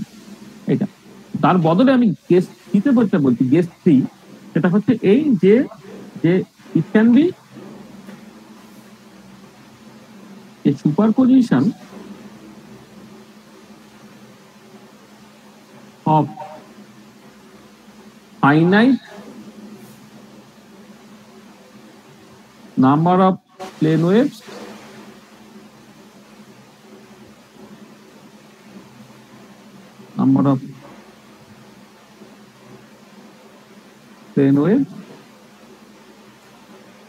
having different momentum. আগেরটা ইনফাইনাইট ছিল, একটা finite. It can be a superposition of finite number of planes waves having different momentum. আচ্ছা, finite number of planes waves having different momentum যদি তুমি দেখো, হ্যাঁ, তাহলে তার ছবির নেচারটা কেমন দেখতে, ছবির নেচারটা দেখতে তোমায় দেখাচ্ছি আমি।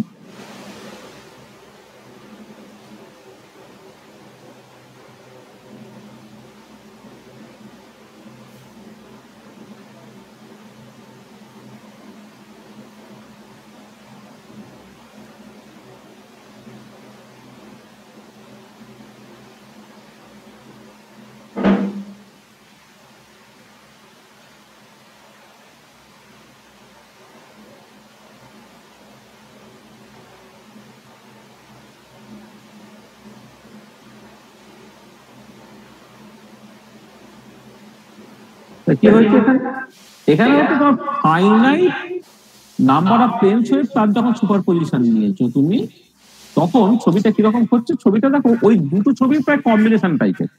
প্রথমটার মতো হচ্ছে অ্যামপ্লিটিউডটা ফিক্স থেকে কমপ্লিট, আর পরেরটা হচ্ছে একটা পার্টিকুলার পয়েন্টে ফিক্স, তাও না, তার বদলে কি হয়েছে একটা রেঞ্জ জুড়ে ফিক্স হচ্ছে।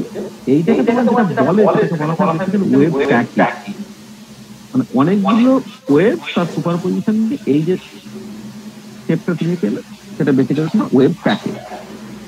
আচ্ছা, এবারে যখন তোমার ওয়েভ প্যাকেট হয়ে গেল তখন কি দাঁড়াচ্ছে খেয়াল করে দেখা। এখন যদি বলি যে পার্টিকেলটা কোথায় আছে, তুমি কমপ্লিটলি মানে আরবি মানে ডিলোকালাইজ সেটাও তুমি বলতে পারছো না, আবার একটা ডেফিনাইট পজিশনেও আছে তুমি বলতে পারছো না। যেটা দাঁড়াচ্ছে তোমার একটা মোটামুটি ভাবে রেঞ্জ আছে, এই যে রেঞ্জ আছে সেই রিজিয়নের মধ্যে পার্টিকেলটা আছে। তাহলে এই পার্টিকেলের ক্ষেত্রে কি দাঁড়াচ্ছে, in this case position is neither arbitrary nor definite, but certainly lies within a finite region, a finite range.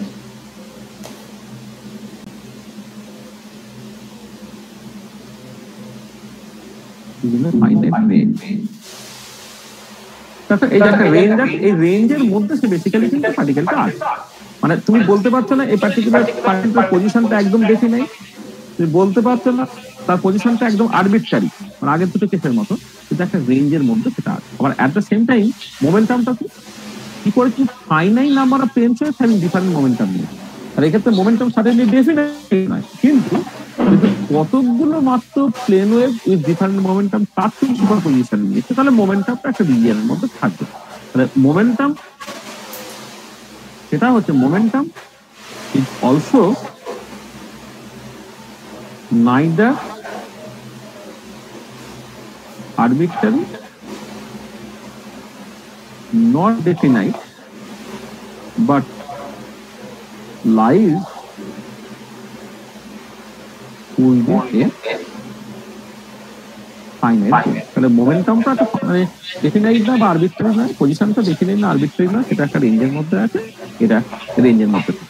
সেইটা একটা প্রথম কথা, সেটা আমি বুঝে নিলাম। তুমি দেখো যখন নিউক্লিয়াস থেকে যখন ইলেকট্রনটা ঘোরে, হ্যাঁ, তুমি যদি একটা সাম কাইন্ড অফ অ্যাভারেজিং ভাবার চেষ্টা করো, তাহলে অবভিয়াসলি ইলেকট্রনটা একটা রিজিয়নের মধ্যে আছে, একটা ডেফিনাইট পয়েন্ট আছে, সেরকম আমি বলবো না। লোকালাইজ, আমি কখনো বলছি না কমপ্লিটলি লোকালাইজ, কিন্তু ওই একদম এই এর আগে কেস টুতে ডেল্টা ফাংশন টাইপের যখন হলো একটা পার্টিকুলার পয়েন্টে লোকালাইজ, তা না করে একটা পার্টিকুলার লোকালাইজ, তাহলে বোঝা গেল। আচ্ছা, আর কি? আর হচ্ছে দেখো এই যে পার্টিকুলার কেসে তোমার ওয়েব প্যাকেট যদি হয়, ওয়েব প্যাকেটে কিন্তু দুটো ভেলোসিটি আছে। Wave packet has two types of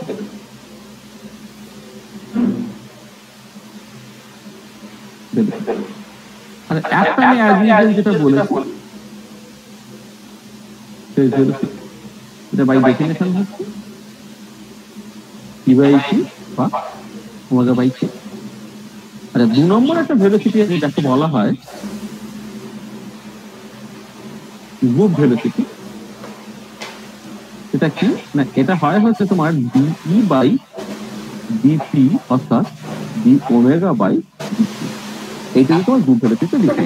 তোমার ব্যাপারটা কিরকম, ইন্ডিভিজুয়াল ওয়েভ গুলো সে একটা পার্টিকুলার ভেলোসিটিতে মুভ করছে, এবারে ইন্ডিভিজুয়াল ওয়েভ গুলো সুপারপোজ করে যে ওয়েভ প্যাকেটটা তৈরি হলো, এই যে এনভেলপটা আমি এখানে এঁকেছি, এই যে একটা এনভেলপ তৈরি হয়েছে না এইরকম দেখতে, এটা বা এরকম ভাবে এদিকে করে হচ্ছে দেখলে এই যে একটা এনভেলপ তৈরি হয়েছে না, এই এনভেলপটা অ্যাজ এ হোল সে কিন্তু একটা ভেলোসিটিতে মুভ করে, সেই ভেলোসিটিটাকে বলা হচ্ছে তোমার বেসিক্যালি গ্রুপ ভেলোসিটি। ইন্ডিভিজুয়াল মলিকিউলগুলো মিন পজিশনে একটা ভেলোসিটি থাকতে পারে, যেটা বেসিক্যালি তোমার ফেজ ভেলোসিটি। আর ওভারঅল ভ্যালুটা সে একটা পার্টিকুলার ভেলোসিটিতে ট্রান্সলেটেড হচ্ছে, সেটাকে বেসিক্যালি তোমার বলা হচ্ছে গ্রুপ ভেলোসিটি। ঠিক আছে? তাহলে মানে ব্যাপারটা কিরকম, ব্যাপারটা হচ্ছে যখন একটা বড় স্টেডিয়ামে তুমি যদি খেলা দেখতে যাও, এই যে মেক্সিকান ওয়েভ তৈরি করে না, মেক্সিকান ওয়েভ কেমন করে তৈরি করে, যে তুমি তোমার পজিশনে বসে একবার বসলে একবার উঠলে, একটা বসলে একবার উঠলে, এবার তোমার স্ট্যান্ডে সবাই যদি যতক্ষণ তুমি নিজের জায়গায় বসলো আবার উঠলো, তখন পাশের স্ট্যান্ডের লোকজন হচ্ছে চুপচাপ ছিল, এবার তোমরা যখন বসলে পাশের স্ট্যান্ডের লোকজন হচ্ছে তোমার উঠলো, আবার তারা যখন বসলো তার পাশের লোকজন হচ্ছে উঠলো। তাহলে এইরকম করে পুরো একটা গোল গ্যালারিতে যে তুমি দেখো একটা ওয়েভের মতো তৈরি হবে, সেটা মেক্সিকান ওয়েভ। খেয়াল করে দেখো, তুমি ইন্ডিভিজুয়াল যে একটা পার্টিকুলার পয়েন্ট থেকে উঠে দাঁড়াচ্ছ আর বসছো, তোমার যে ভেলোসিটিটা এটা একজন চেঞ্জ করেছে, আর ওভারঅল যে সমষ্টিটা দেখো এই পুরো স্টেডিয়াম জুড়ে এই ওয়েভটা বেসিক্যালি প্রোপাগেট করছে, সেইটা তোমার বেসিক্যালি একটা গ্রুপ, হ্যাঁ, সেটা হচ্ছে তোমার গ্রুপ ভেলোসিটি দিচ্ছে। মানে এরকম একটা সিমিলারিটি তুমি জানতে পারছো, ঠিক আছে? আচ্ছা, এবারে মজাটা দেখো যেটা, সেটা হচ্ছে যদি ফ্রি পার্টিকেলটাকে তুমি কনসিডার করো, ফ্রি পার্টিকেল আগের ক্ষেত্রে আমি যেটা দেখলাম যে ফেজ ভেলোসিটিটা সেইটা কিন্তু পার্টিকেলের ভেলোসিটির সাথে মেলেনি। এবার আমি দেখি যে গ্রুপ ভেলোসিটির সাথে সেটা মিলছে কিনা। ফ্রি পার্টিকেল যদি ইটা তোমার e²/2m হয়, তাহলে E/dT এটা কত হচ্ছে না, তোমার বেসিক্যালি E/m হচ্ছে এটা। দেখো এবার এই E/dT এটাই বেসিক্যালি তোমার গ্রুপ ভেলোসিটি। খেয়াল করে দেখো এইটা কিন্তু তোমার যে পার্টিকেল ভেলোসিটির সঙ্গে পুরোপুরি মিলে গেছে। তাহলে যেটা দাঁড়াচ্ছে যে তোমার একটা ফ্রি পার্টিকেলের ক্ষেত্রে ফেজ ভেলোসিটিটা পার্টিকেলের ভেলোসিটির সঙ্গে মিললো না, কারণ আমি দেখলাম ফেজ ভেলোসিটিটা পার্টিকেলের ভেলোসিটি বাই 2 হয়ে যাচ্ছে, কিন্তু গ্রুপ ভেলোসিটিটা পার্টিকেলের ভেলোসিটির সাথে মিলে যাচ্ছে। তার মানে দেখো এভরিথিং ইজ নাও কনসিস্টেন্ট। তাহলে এবারে যদি আমি কনক্লুশনে পৌঁছাই, তাহলে সেটা হচ্ছে কি না, তুমি অ্যাকচুয়ালি একটা পার্টিকুলার সঙ্গে অ্যাসোসিয়েটেড ওয়েভ বা ম্যাটার ওয়েভটা কি না, ম্যাটার ওয়েভ এটা বেসিক্যালি একটা ওয়েভ প্যাকেট। কনক্লুশনটা কি হচ্ছে? কনক্লুশনটা হচ্ছে যে matter wave is a wave packet that can be obtained by superposition of finite number of waves having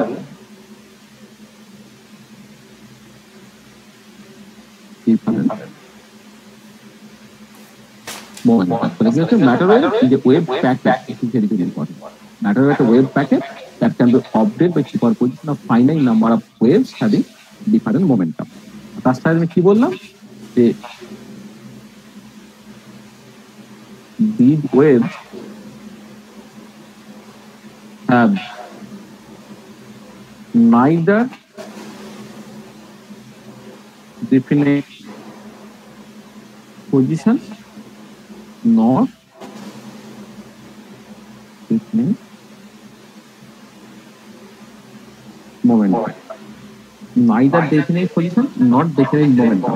At the same time,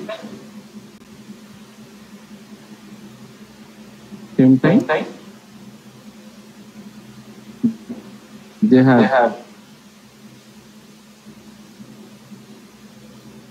at the same time they have not duality. At the same time, they are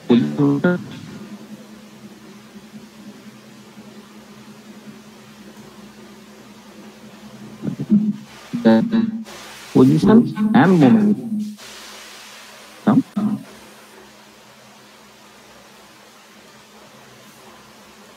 are not পুরোপুরি definite হয়।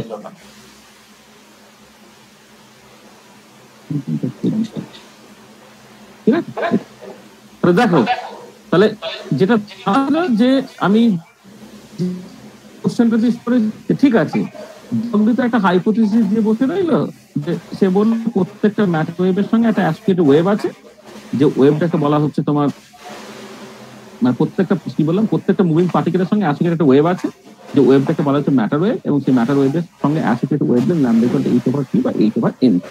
এটা এবারে আমি তারপরে যে কোশ্চেনটাকে করলাম, এই যে তুমি বলছো যে পার্টিকেলের সঙ্গে অ্যাসোসিয়েটেড ওয়েভটা যেটা হচ্ছে ম্যাটার ওয়েভ, সেই ওয়েভটা অ্যাকচুয়ালি কেমন দেখতে, এটা খায় না মাথায় দেয়, বা আমরা যে টাইপের ওয়েভ দেখতে অভ্যস্ত কি সেরকম?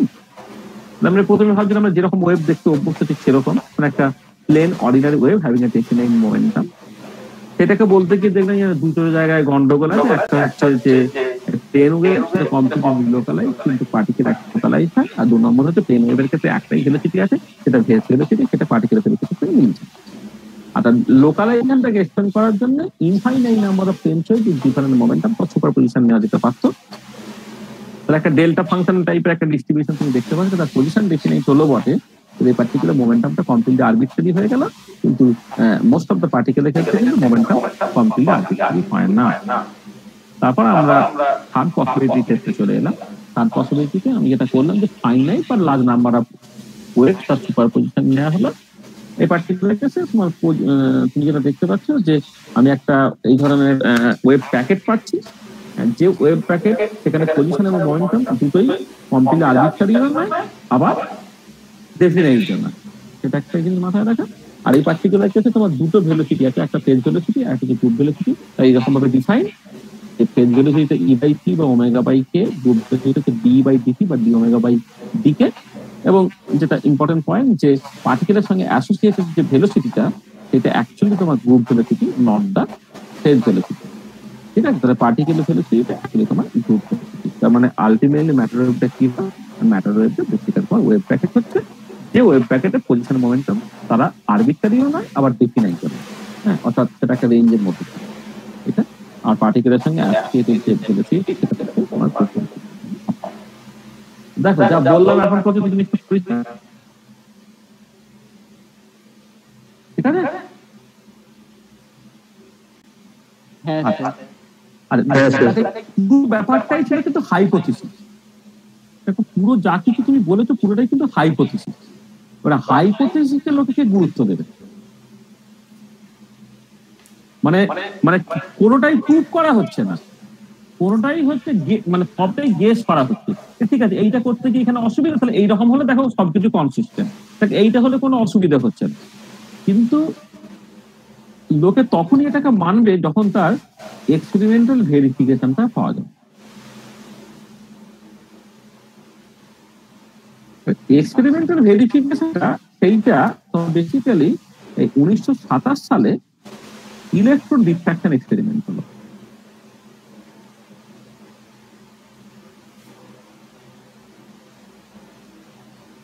ইলেকট্রন ডিফ্র্যাকশন এক্সপেরিমেন্ট কে করেছিলেন? স্যার ডিপি থমসন করেছিলেন এটা। আর তার সঙ্গে হচ্ছে মানে ডিপি থমসন একটা আলাদা গ্রুপ, আর ডেভিসন বলে একজন জার্মান বলে, ডেভিসন জার্মান এবং স্যার ডিপি থমসন তারা ইন্ডিপেন্ডেন্টলি ইলেকট্রন ডিফ্র্যাকশন এক্সপেরিমেন্ট করলো। আর ব্যাপারটা কিরকম, এক্স রে ডিফ্র্যাকশন যেটা বেসিক্যালি বিজ্ঞানী ব্র্যাগ এবং লা করেছিল, এক্স রে ডিফ্র্যাকশনটা লোকে জানতো আর কি। একই রকম ভাবে একটা নিকেল বা অ্যালুমিনিয়াম ফয়েল নিয়ে সেখান থেকে সেখানে এক্স রে না পাঠিয়ে তারা ইলেকট্রন পাঠালেন। ইলেকট্রন পাঠালে একটা পার্টিকুলার প্যাটার্ন দেখতে পাওয়া যাচ্ছে। কি রকম প্যাটার্ন? তাহলে তারা এইখান থেকে যেটা দেখলেন যে they observe a very similar pattern diffraction pattern, very similar pattern to that of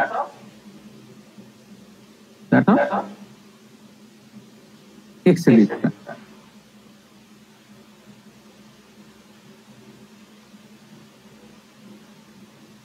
তারা একটা পার্টিকুলার প্যাটার্ন দেখতে পেল, যে প্যাটার্নটা হচ্ছে very similar to x-ray diffraction pattern. সেইখান থেকে দেখো কি দাঁড়াচ্ছে, এইখান থেকে পরিষ্কার যে কনক্লুশনটা ড্র করা হচ্ছে সেটা হচ্ছে এই 1 নম্বর যে ডিফ্রাকশন সেটা বেসিক্যালি ওয়েভের প্রপার্টি। ডিফ্রাকশন কিন্তু ওয়েভের প্রপার্টি, সেখানে এক্স-রে ডিফ্রাকশন দেখায়, ইলেকট্রনও সেই ডিফ্রাকশনে দেখাচ্ছে। এটা বেসিক্যালি ইমপ্লাই করছে ইলেকট্রনের সঙ্গে অ্যাসোসিয়েটেড একটা ওয়েভ ক্যারেক্টার আছে। তাহলে প্রথম কনক্লুশন যেটা সেটা হচ্ছে এই যে diffraction is a property of wave. এটা hence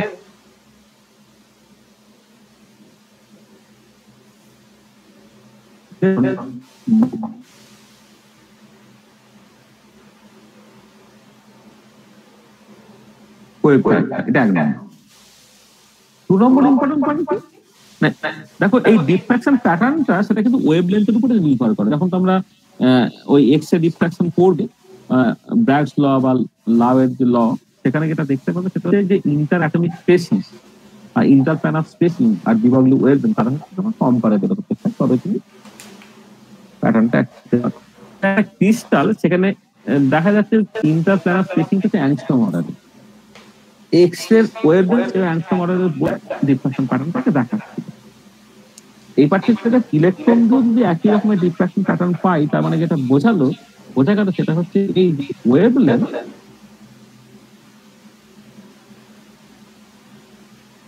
associated to the electron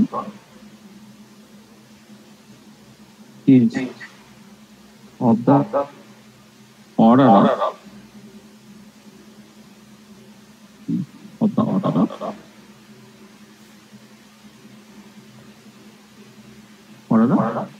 angstrom of 10 to the power minus 8 centimeter A।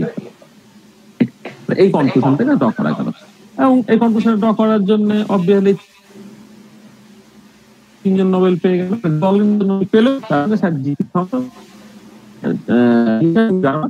পেয়ে গেলেন। মানে এই যখনই 24 সালে ডিভালভের হাইপোথিসিস দিচ্ছে, 27 সালে কিন্তু সেটা এক্সপেরিমেন্টালি ভেরিফাইড হয়ে যাচ্ছে। সেখানে এরা 4 জনই কিন্তু নোবেল পেয়ে গেছে, আলাদা করে স্যার জিপি থমসন, ডিভিশন এবং জার্মান, তারা তিনজনে একা। আচ্ছা, এই কনটেক্সটে জাস্ট পয়েন্ট বলে রাখা দরকার যে স্যার জিপি থমসন সে হচ্ছে স্যার জে থমসনের ছেলে। স্যার জে থমসন তিনি ইলেকট্রন একটা ফান্ডামেন্টাল পার্টিকেল এইরকম ভাবে আবিষ্কার করেছেন, নোবেল পেয়েছিলেন। সেই ইলেকট্রনের যে একটা ওয়েভ ক্যারেক্টার আছে সেটাকে তার ছেলে কিন্তু নোবেল পেয়েছেন।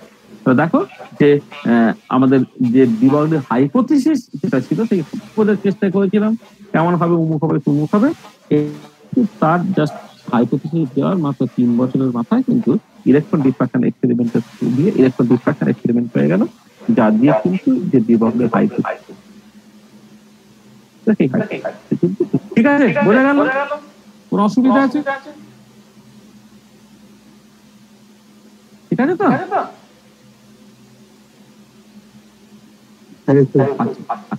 এবারে একটা কোশ্চেন খেয়াল করে দেখো, এটা হচ্ছে যে আমি যেভাবে ব্যাপারটাকে ভাবছি, মানে ডিবর্গলি যেরকম ভাবে বলছেন তাতে হচ্ছে প্রত্যেকটা মুভিং পার্টিকেলের সঙ্গে একটা অ্যাসোসিয়েটেড ওয়েভ আছে। তা যদি হয় তাহলে সর্বোচ্চ এটা কথা হচ্ছে যে if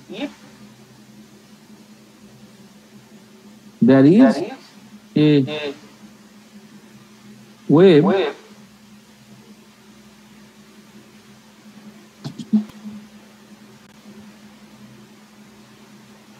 every moving particle then why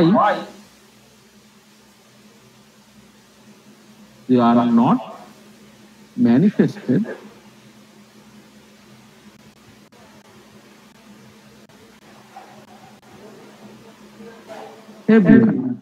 তাহলে এটা হচ্ছে যে যদি এটাই হয় is a wave associated to every moving particle, তাহলে then why they are not manifested every, তারা সর্বত্র ম্যানিফেস্টেড হচ্ছে না কেন, এটা নিয়ে। আচ্ছা, আমরা এটা বোঝার জন্য তোমরা দুটো এক্সট্রিম সিচুয়েশন ধরো কনসিডার। ধরো প্রথম যে কনসিডার করছি কেস 1, একটা ক্লাসিক্যাল পার্টিকেল তুমি কনসিডার করো। ধরো একজন ক্রিকেটার একজন ব্যাটসম্যানকে ব্যাট করছে, বল করছে, সেই যে ক্রিকেট বল শোয়েব আখতার সচিনকে বল করছে, আর এক ক্রিকেট বল তার যে মাসটা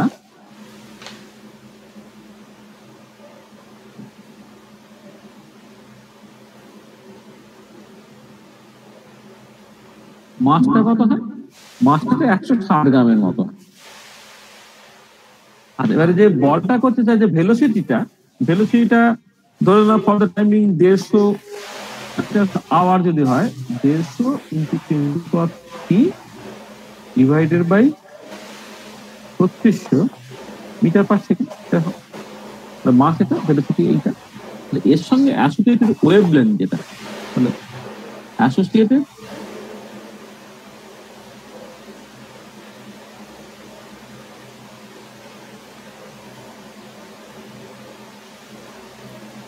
ডিবর্গলি wavelength lambda equal to 8/mv, তো 8 হচ্ছে 6.626 into 10⁻³ joule second.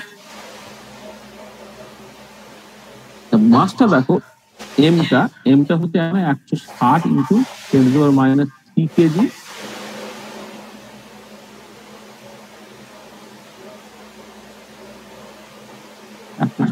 into 10⁻³ KG. আর তার সঙ্গে তোমার ভেলোসিটিটা হচ্ছে 150 10⁻³ উপরে। আচ্ছা ঠিক আছে, 3600 মিটার পার সেকেন্ড। এবার ওয়েভলেন্থ তোমার ক্যালকুলেট করতে হয়, কেটে কুটে সব যাবে করেছে, ওয়েভলেন্থ তুমি ক্যালকুলেট করে নাও। তুমি ক্যালকুলেট করে দেখবে এটা of the order of 10⁻35 metre, এরকম একটা অর্ডারের জাস্ট একটা অ্যান্সার বেরোবে। মানে এটা করে দেখবে, হয়তো -35 -36 বা 34 এরকমও হতে পারে, একটুখানি জাস্ট কোর্সে দেখে নেবে আর কি, 10⁻35 মিটার এরকম একটা অর্ডারে অ্যান্সার। এবারে আমি অন্য একটা কেস কনসিডার করছি, কেস 2। তুমি ইলেকট্রন কনসিডার করো, ক্রিকেট বল না করে ইলেকট্রন কনসিডার করো, যার মাসটা কত 9.11 into 10 to the power minus 31 kg। আর একটা ইলেকট্রন তার যে ভেলোসিটিটা, সেই ভেলোসিটিটা ধরো হাইড্রোজেন অ্যাটমের তোমার 1s অরবিটালে যে ইলেকট্রনটা ঘুরছে তার ভেলোসিটি লাইটের ভেলোসিটি 137 ভাগের 1 তোমরা জানো যেখান থেকে science factor constant 1% of the velocity of light, সেটা কিন্তু হামেশাই হতে পারে। তাহলে ভেলোসিটিটা ধরো 1% কি হয় 3 into 10 to the power 6 metre per second, মানে এটা লাইটের ভেলোসিটি 100 ভাগের 1 ভাগ, সেইটাকে ইলেকট্রনের ভেলোসিটি হতেই পারে। এবারে তার সঙ্গে যে ডিভাগলি ওয়েভলেন্থটা কি হলো তাহলে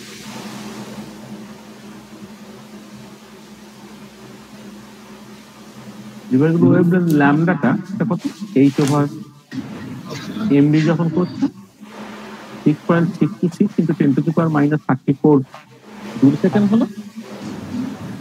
স্যার ইলেকট্রনের ভেলোসিটি লাইটের ভেলোসিটি 100 ভাগ কেন হবে? 1/100 ভাগ আমি একটা টিপিক্যাল ভ্যালু ধরলাম, মানে 1s অরবিটালে ঘূর্ণায়মান ইলেকট্রনের ভেলোসিটি কি হয় লাইটের ভেলোসিটি 137 ভাগের 1 ভাগ হয় তো, তাই তো? আর এবারে যত তোমার হেভিয়ার হবে তখন নিউক্লিয়াসের কাছাকাছি ইলেকট্রন যেটা তাদের ভেলোসিটি আরো বাড়বে। মার্কারি বা গোল্ড তাদের ক্ষেত্রে দেখুন 1s অরবিটালে ঘূর্ণায়মান ইলেকট্রনের ভেলোসিটি লাইটের ভেলোসিটি 50% পর্যন্ত হয়ে যেতে পারে। সেখানে আমি একটা টিপিক্যাল ভ্যালু ধরেছি, সেটা 1% অফ ভেলোসিটি অফ লাইট। 1% থেকে বেশিও হতে পারে, 1% থেকে একটু কমও হতে পারে। আমি মাঝামাঝি একটা ভ্যালু ভাবলাম, সেটা হচ্ছে ওই লাইটের ভেলোসিটি 100 ভাগের 1। আর যেটা মোদ্দা কথা তো সেই ভেলোসিটিটাকে তুমি চাইলে চেঞ্জও করতে পারো।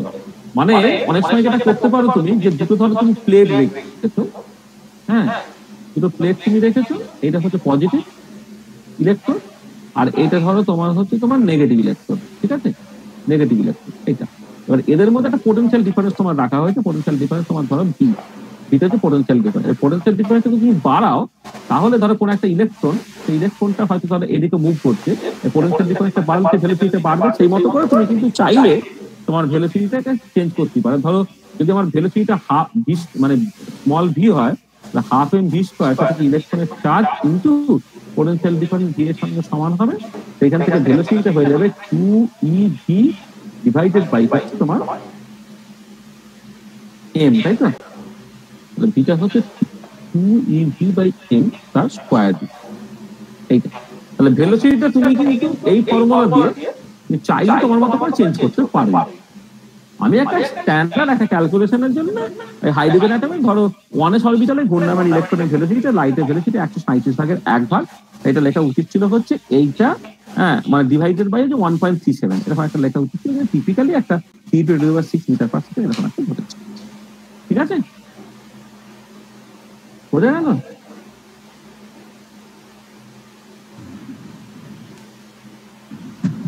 ঠিক আছে তো? হ্যাঁ স্যার ঠিক আছে।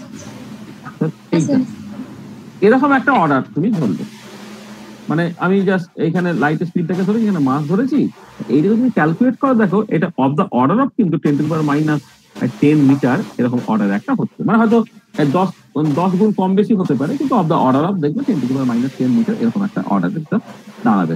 এই 6.626 ডিভাইডেড বাই 9.11 এই কি হয়ে গেল, আর এইটা যদি করে 10 to the power minus 9 এর মতো দাঁড়াবে, পুরো সব মিলে 10 to the power minus 10 metre এই অর্ডারে। তাহলে দেখো, তাহলে আমি দুটো কেস কনসিডার করলাম। আর ক্রিকেট বল যখন কনসিডার করছি তখন হচ্ছে ল্যামডাটা of the order of 10 to the power minus 35 metre, আর যখন ইলেকট্রন কনসিডার করছি তখন কিন্তু lambda of the order of 10 to the power minus 10 metre. আচ্ছা এবারে ধরো এই যে কেস 1 এ এই যে সিস্টেম, যেটা সিস্টেম সাইজ, সেটা কিন্তু আমি ধরো লেটস সে একটা এল বা কিছু একটা বলি সিস্টেম সাইজটা, হ্যাঁ সেই সিস্টেম সাইজটা অ্যাকচুয়ালি মানে এই পার্টিকুলার সিস্টেম সাইজ মানে যদি এমন হয় যে মানে সিস্টেম সাইজ মানে হচ্ছে যে এই যে বলটা কার সাথে ইন্টারঅ্যাক্ট করে, পিচের সাথে বা ব্যাটের সাথে বা উইকেটের সাথে বা গ্লাভসের সাথে, এগুলো সব সিস্টেম সাইজ। তুমি পরিষ্কার দেখো যে এই সিস্টেম সাইজ গুলো কয়েক সেন্টিমিটার এরকম অর্ডারে হয়, একটা ব্যাট উইথ ধরো কয়েক সেন্টিমিটার এই অর্ডারে, তার বদলে তোমার একটা ক্রিকেট বলের সঙ্গে অ্যাসোসিয়েটেড যে ওয়েভ, তার ওয়েভ লেন্থটা কত 10 to the power minus 35 metre. তার মানে পরিষ্কার বোঝা গেছে কেস 1 এ এই ল্যামডা ডিটা actually much less than L. আর whereas কেস 2 যখন তুমি কনসিডার করছো, কেস 2 তে ইলেকট্রনের সঙ্গে অ্যাসোসিয়েটেড ওয়েভের ওয়েভলেন্থ হচ্ছে অ্যাংস্ট্রম অর্ডারের, -10 মিটার, মানে বেসিক্যালি তোমার অ্যাংস্ট্রম অর্ডার। আর ইলেকট্রন কার সাথে ইন্টারঅ্যাক্ট করে? অ্যাটমের সাথে, মলিকুলের সাথে। আর ইলেকট্রন ডিফ্রাকশন এক্সপেরিমেন্টে হচ্ছে দুটো ক্রিস্টালের ভেতর দিয়ে জাস্ট ইলেকট্রনটা তোমার পাস করছে। এই পার্টিকুলার কেসে কিন্তু সিস্টেম সাইজটা এলটা সেটাও অ্যাংস্ট্রম অর্ডারে, আর ডিবাগলু ওয়েভলেন্থ সেটাও কিন্তু অ্যাংস্ট্রম অর্ডারে। এই পার্টিকুলার কেসে কেস 2 কিন্তু ল্যামডা সেইটা অফ দ্য অর্ডার অফ এল, মানে বেশি বা অফ দ্য অর্ডার অফ এল হচ্ছে। একটা ক্ষেত্রে হচ্ছে মানে অ্যাজিড যেন এই ধরো দুটো পার্টিকেল আছে, এই দুটো পার্টিকেল আমি ভাবলাম, তার সঙ্গে যে অ্যাসোসিয়েটেড যে ওয়েভটা, এই ওয়েভটা হচ্ছে এর সঙ্গে অ্যাসোসিয়েটেড ওয়েভটা হচ্ছে ধরো কথা বলছি এই মানে এই ওয়েভটা হচ্ছে মানে ম্যাটার ওয়েভ এরকম দেখতে, আর ওই ওয়েভটা হচ্ছে এরকম দেখতে, এবং এর যদি কাছাকাছি থাকে তাহলে সুপারপোজ করবো, সুপারপোজ করে একটা রেজাল্টিং ওয়েভ তুমি পাচ্ছ। এই পার্টিকুলার কেসে কি হচ্ছে? এই পার্টিকুলার কেসে হচ্ছে দুটো পার্টিকেলের মধ্যে দূরত্ব এতখানি, এর সঙ্গে অ্যাসোসিয়েটেড ওয়েভটা হচ্ছে এরকম একটা কিছু ছোট কিছু, এর সঙ্গে অ্যাসোসিয়েটেড ওয়েভটা হচ্ছে এরকম একটা ছোট কিছু। মানে এই পার্টিকুলার কেসে যে এইখানে একটা পার্টিকেল আছে, এখানে একটা পার্টিকেল আছে, হ্যাঁ, এইটার সঙ্গে অ্যাসোসিয়েটেড ওয়েভের ওয়েভলেন্থ এতটাই কম যে এইটা দেখে একটা ইন্ডিপেন্ডেন্ট, যেটা একটা ইন্ডিপেন্ডেন্ট মানে লোকালাইজ দুটো সিচুয়েশন। এই পার্টিকুলার কেসে কিন্তু এরা এত কাছাকাছি চলে এসছে, তারা কিন্তু সুপারপোজ করবে করে তোমার ইন্টারফেয়ারেন্স হতে পারে আর কি। এখানে এই পার্টিকুলার কেসে ল্যামডা যখন মাঝ লেস দ্যান এল, তখন হচ্ছে ওয়েভ ক্যারেক্টার যেটা একটা পার্টিকেলের মতো, এখানে একটা পার্টিকেল, এখানে মানে ওয়েভ তো ইন্টারফেয়ার করলে তবে তুমি ওয়েভ ক্যারেক্টার ভালো করে বুঝতে পারবে, এক্ষেত্রে ইন্টারফেয়ার করার কোনো গল্প নেই। এক্ষেত্রে এই পার্টিকুলার কেসে case 1 A wave character is not manifest, character is not manifest. তাহলে একটা পার্টিকেলের সঙ্গে অ্যাসোসিয়েটেড যে ওয়েভ, সে মানে প্যাসিভ ওয়েভ, সেইটাকে নিয়ে মাথা ঘামানোর দরকার নেই। আর এই পার্টিকুলার কেসে কিন্তু wave character is manifest, wave character is manifest. মানে যখন ইলেকট্রনটা একটা ক্রিস্টালের মধ্যে দিয়ে পাস করবে, তখন কিন্তু তার ওয়েভ লেন্থটাকে তোমাকে মাথায় রাখতে হবে। ওয়েভ আক্টার যখন সেদিনকে বল করবে, তখন কিন্তু সেই বলের সঙ্গে অ্যাসোসিয়েটেড ওয়েভটা সেটাকে নিয়ে কোনো মাথা ঘামানোর দরকার নেই। তাহলে দেখো, তাহলে প্রত্যেকটা পার্টিকেলের সঙ্গে অ্যাসোসিয়েটেড ওয়েভ আছে বটে, কিন্তু তোমাকে দেখতে হবে যে ওই ওয়েভলেন্থ এবং তার সঙ্গে সিস্টেম সাইজ, সেটাকে আমি কম্পেয়ার করব। কম্পেয়ার করে দেখবো যদি তোমার সিস্টেম সাইজটা সেটা হচ্ছে তোমার অনেক অনেক বড় হয়ে যায় in comparison to the de Broglie wavelength, তখন তোমার ওয়েভ ক্যারেক্টারটা কোনো রকম ভাবে ম্যানিফেস্টেড হবে না। কিন্তু ডিবাগলু ওয়েভলেন্থ যদি সিস্টেম সাইজের থেকে বড় বা কম্পারেবল হয়ে যায়, তখন কিন্তু তোমার ওয়েভ ক্যারেক্টারটা খুব ইম্পর্টেন্ট হবে। তখন প্রবলেমগুলোকে কোয়ান্টাম মেকানিক্যাল ট্রিট করতে হবে এবং অনেক ক্রাইটেরিয়া দেখতে পাবে। ঠিক আছে? আচ্ছা, এবারে তুমি যদি এই একটা কনসেপ্ট আছে থার্মাল ডিবাগলু ওয়েভলেন্থ,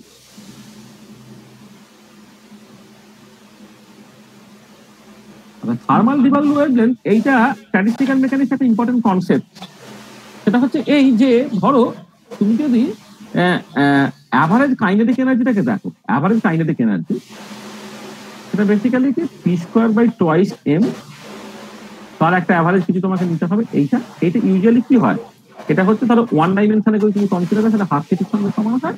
আর 3 ডাইমেনশনে হলে হচ্ছে সেটা তোমার 3/2 কেটির সঙ্গে সমান হচ্ছে। আমি ধর এইভাবে 1 ডাইমেনশনে যদি ভাবি, 1 ডাইমেনশনে অ্যাভারেজ কাইনেটিক এনার্জি, এটা অ্যাভারেজ কাইনেটিক এনার্জি, সেটা 1 ডাইমেনশনে মোমেন্টামটা যদি px অথবা px²/2m, তার একটা অ্যাভারেজ ভ্যালু, সেইটা কত হয় না, সেটা বেশি তোমার হাফ কেটি হয়, যেখানে কি হচ্ছে বলবেন কনস্ট্যান্ট। সেইখান থেকে তুমি একটা দেখো px এর একটা গেস পাচ্ছ, সেটা কেমন দেখতে না m কেটি এরকম একটা দেখতে, তার স্কয়ার রুট আছে।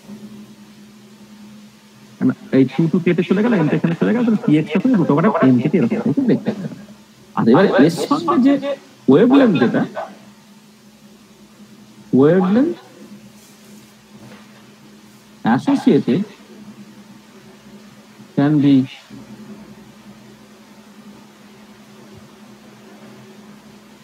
approximated as lambda, এটা আমি d লিখলাম, d বল দেখে এইটা এটা কত হবে না h/px এরকম টাইপের একটা দেখতে হলো জিনিসটা। কেমন দেখতে হলো এটা h/√m/kt টাইপের দেখতে হলো। তার মানে সেটা খেয়াল করো যে এই যে ল্যামডাটা যেটা আমি ডি ব্রগলির যে হাইপোথিসিস সেই ইকুয়েশনের সাহায্য নিয়ে বের করলাম, ল্যামডার ক্ষেত্রে h/√m/kt হয়ে গেল। এবারে এইটা এই যে পার্টটা এটা দেখো টেম্পারেচারের উপর ডিপেন্ড করছে, টেম্পারেচার উপর ডিপেন্ড করছে বলে এটাকে বলা হয় থার্মাল ডি ব্রগলি ওয়েভলেন্থ। আর এবারে আমি একটা এইটা কি একটা অ্যাপ্রক্সিমেটলি পুরো জিনিসটাকে দেখছি, মানে সত্যি কথা বলতে কি যখন তুমি করবে এই px² অ্যাভারেজটা তোমার অ্যাকচুয়ালি বেরোচ্ছে, সেখান থেকে তো px এর ভ্যালু এইরকম ভাবে লিখে ফেলা যায় না। হ্যাঁ, এটা আমি জাস্ট মানে এই রকম করে তুমি ভাবতে পারো জিনিসটাকে থার্মাল ডি ব্রগলি ওয়েভলেন্থটা কেমন করে আসছে। এটা স্ট্যাটিস্টিক্যাল মেকানিক্সে খুব ন্যাচারালি এটা অ্যাপিয়ার করে, স্ট্যাটিস্টিক্যাল মেকানিক্সে খুব ন্যাচারালি এটা অ্যাপিয়ার করবে। হ্যাঁ, তাহলে এটা যদি তুমি এক্স্যাক্টলি স্ট্যাটিস্টিক্যাল মেকানিক্সে চলে যাও, ইন স্ট্যাটিস্টিক্যাল মেকানিক্স স্ট্যাটিস্টিক্যাল থার্মোডাইনামিক্সে thermal de Broglie wavelength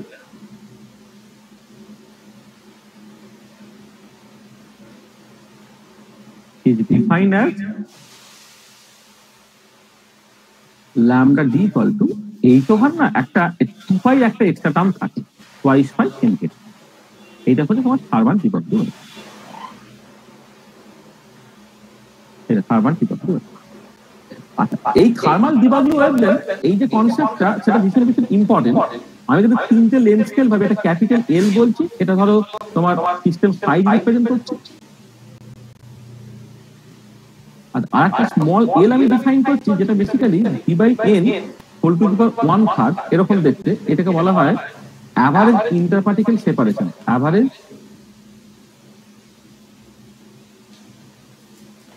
ইন্টারপার্টিকেল separation মানে ধরো একটা কন্টেনার আছে, যে কন্টেনারের ভলিউমটা ভি, সেখানে এনটা পার্টিকেল আছে, তাহলে এনটা পার্টিকেল তার যদি টোটাল ভলিউমটা তোমার ভি হয়, একটা মলিকুলের ভাগে কতখানি ভলিউম পড়লে সেটা v/n, আর ভলিউমটা লেন্থের কিউবের সঙ্গে প্রপোর্শনাল, তাহলে লেন্থটা কি হবে v/n/1/3। এটা অ্যাভারেজ ইন্টারপার্টিকেল সেপারেশন। এলটা হচ্ছে সিস্টেম সাইজ। আর একটা ল্যামডা ডি আছে, যেটা বেসিক্যালি তোমার থার্মাল ডি ব্রগলি ওয়েভলেন্থ।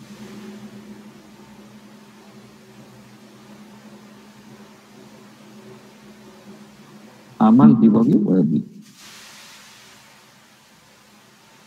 তিনটে লেন্থ স্কেল আছে, ঠিক আছে। আচ্ছা, এবারে দেখো যখন তুমি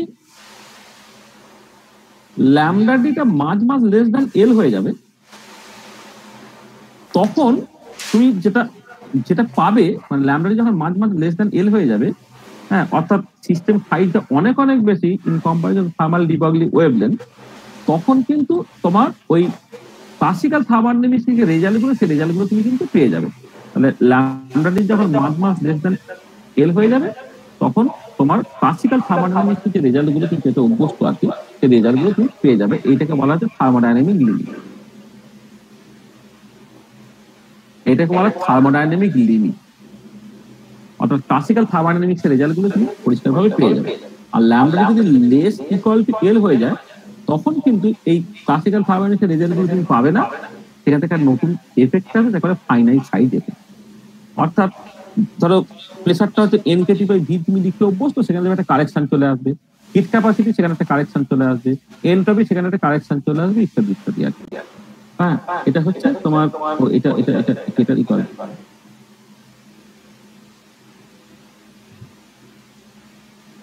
এটা হচ্ছে এটার জন্য equal to L.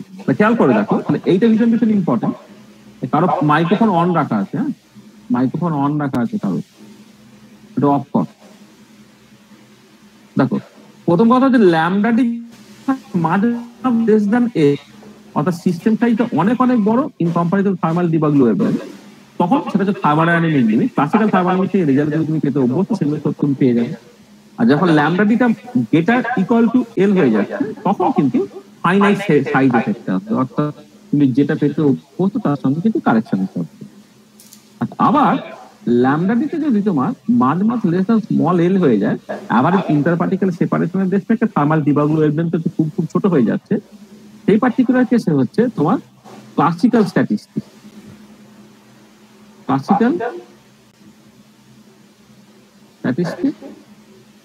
or Maxwell-Goldman statistics use করতে পারো। আর যখন ল্যামডাটা greater than or equal to L হয়ে যাচ্ছে তখন তোমাকে ইউজ করতে হবে quantum statistics. Quantum statistics use করতে হবে।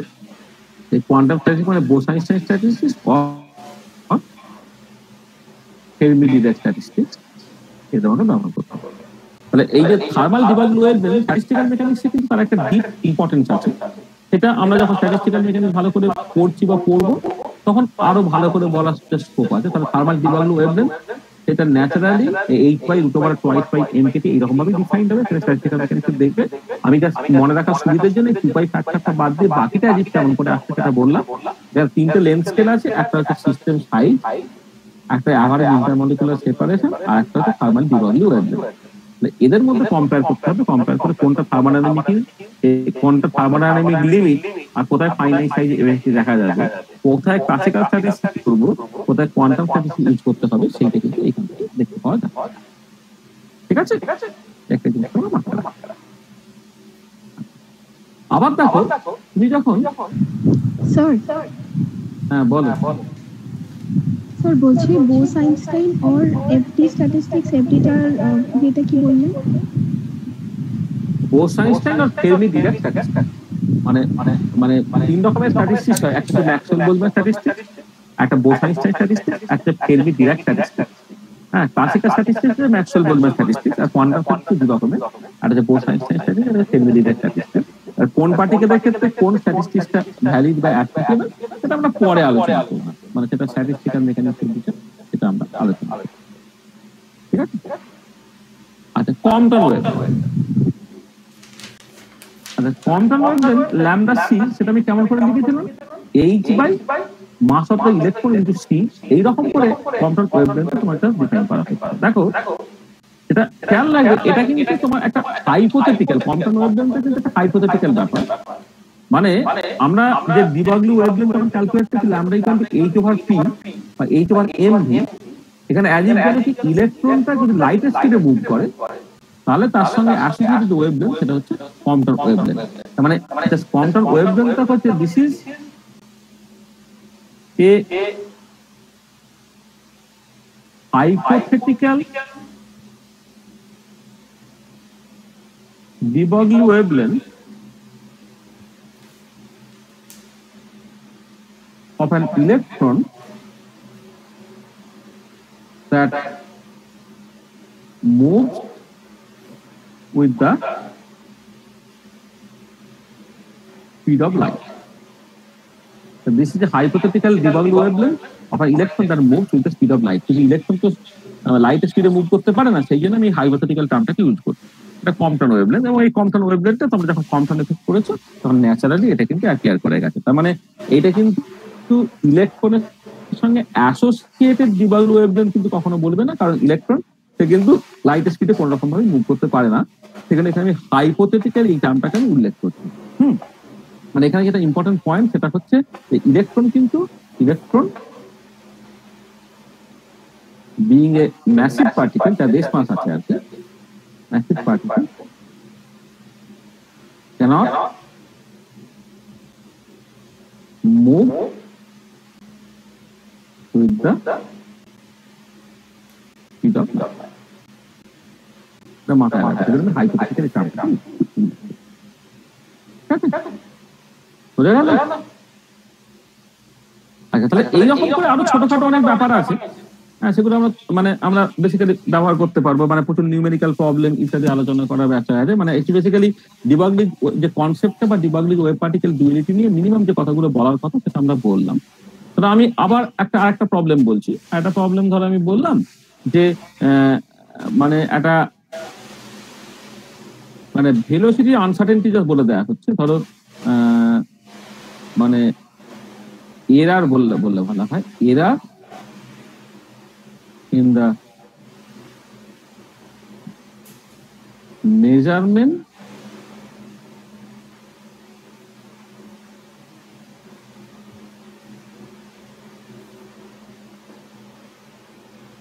of velocity of a particle is delta. Then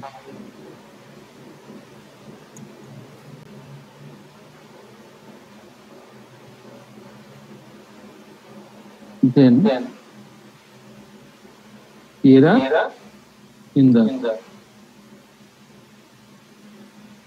measurement of wavelength could be measurement in the debug could be delta lambda equal to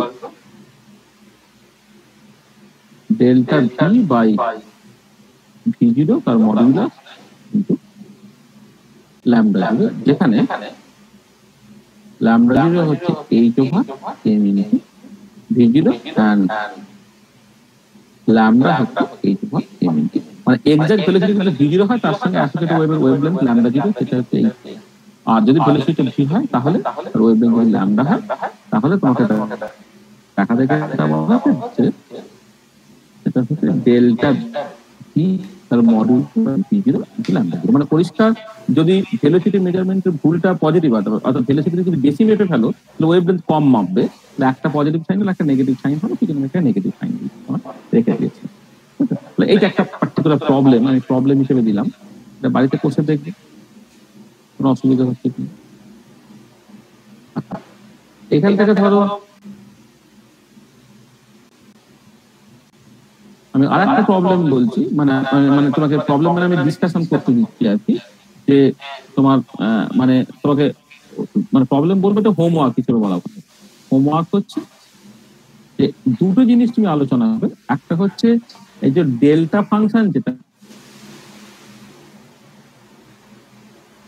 delta function এইটা তুমি একটা review করবে মানে হচ্ছে তুমি বিভিন্ন বই থেকে ডেল্টা ফাংশন যেখানে আলোচনা করে দেওয়া আছে সেইটা নিয়ে আমাকে জাস্ট পরের দিন বেশ কিছু কথাবার্তা বলবে, যেটা আমাদের পরবর্তীকালে কোয়ান্টাম মেকানিক্সে কিন্তু অনেকটা কাজে লাগবে। আর 2 নম্বর হচ্ছে যে একটা মোটামুটি তুমি গেস করার চেষ্টা করবে যে কি করে, মানে যা শিখিয়েছি তার উপরে বেশ করে কি করে তুমি আনসার্টেনটি প্রিন্সিপালটা পেতে পারো। যাতে আমি এইভাবে ব্যাপারটাকে ভাবছি যে uncertainty principal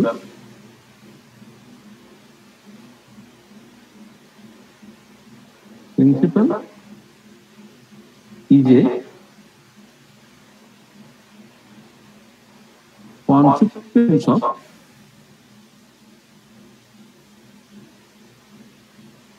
wave particle duality।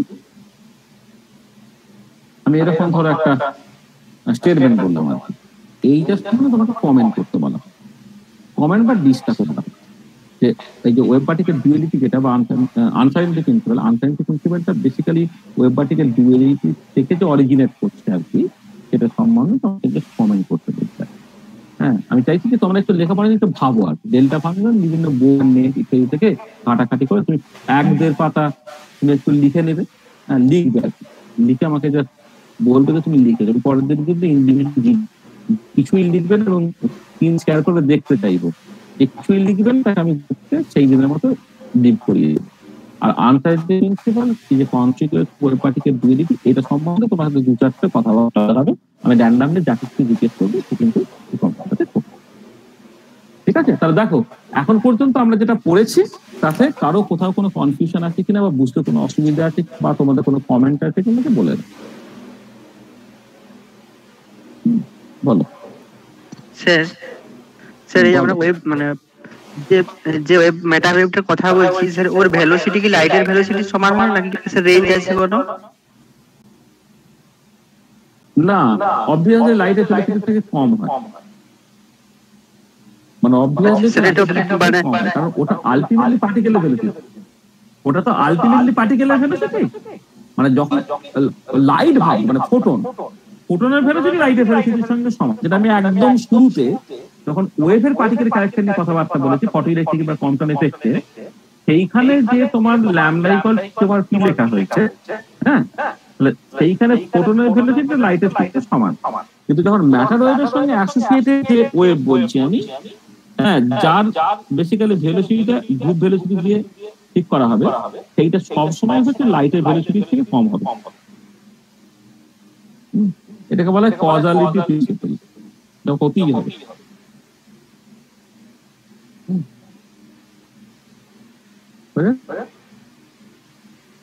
হ্যাঁ স্যার, কিছু স্যার হ্যাঁ বলো।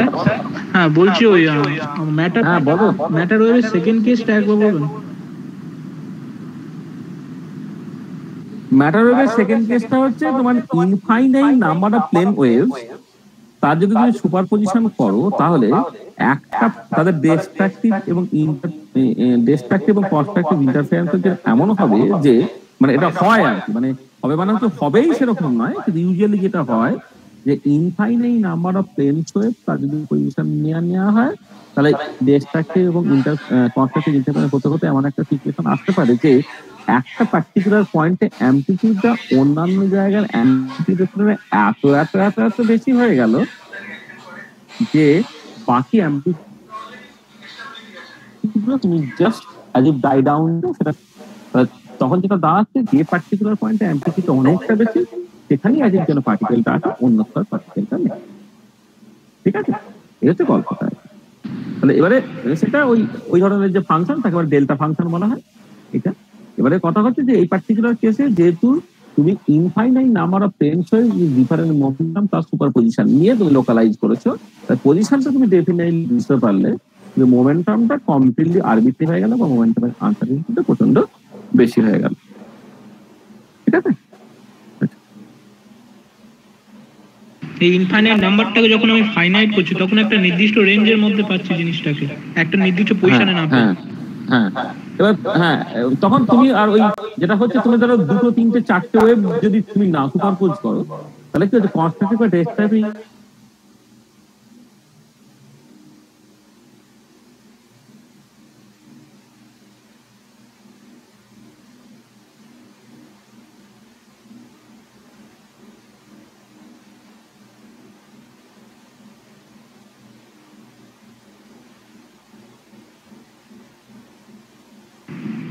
Hello sir.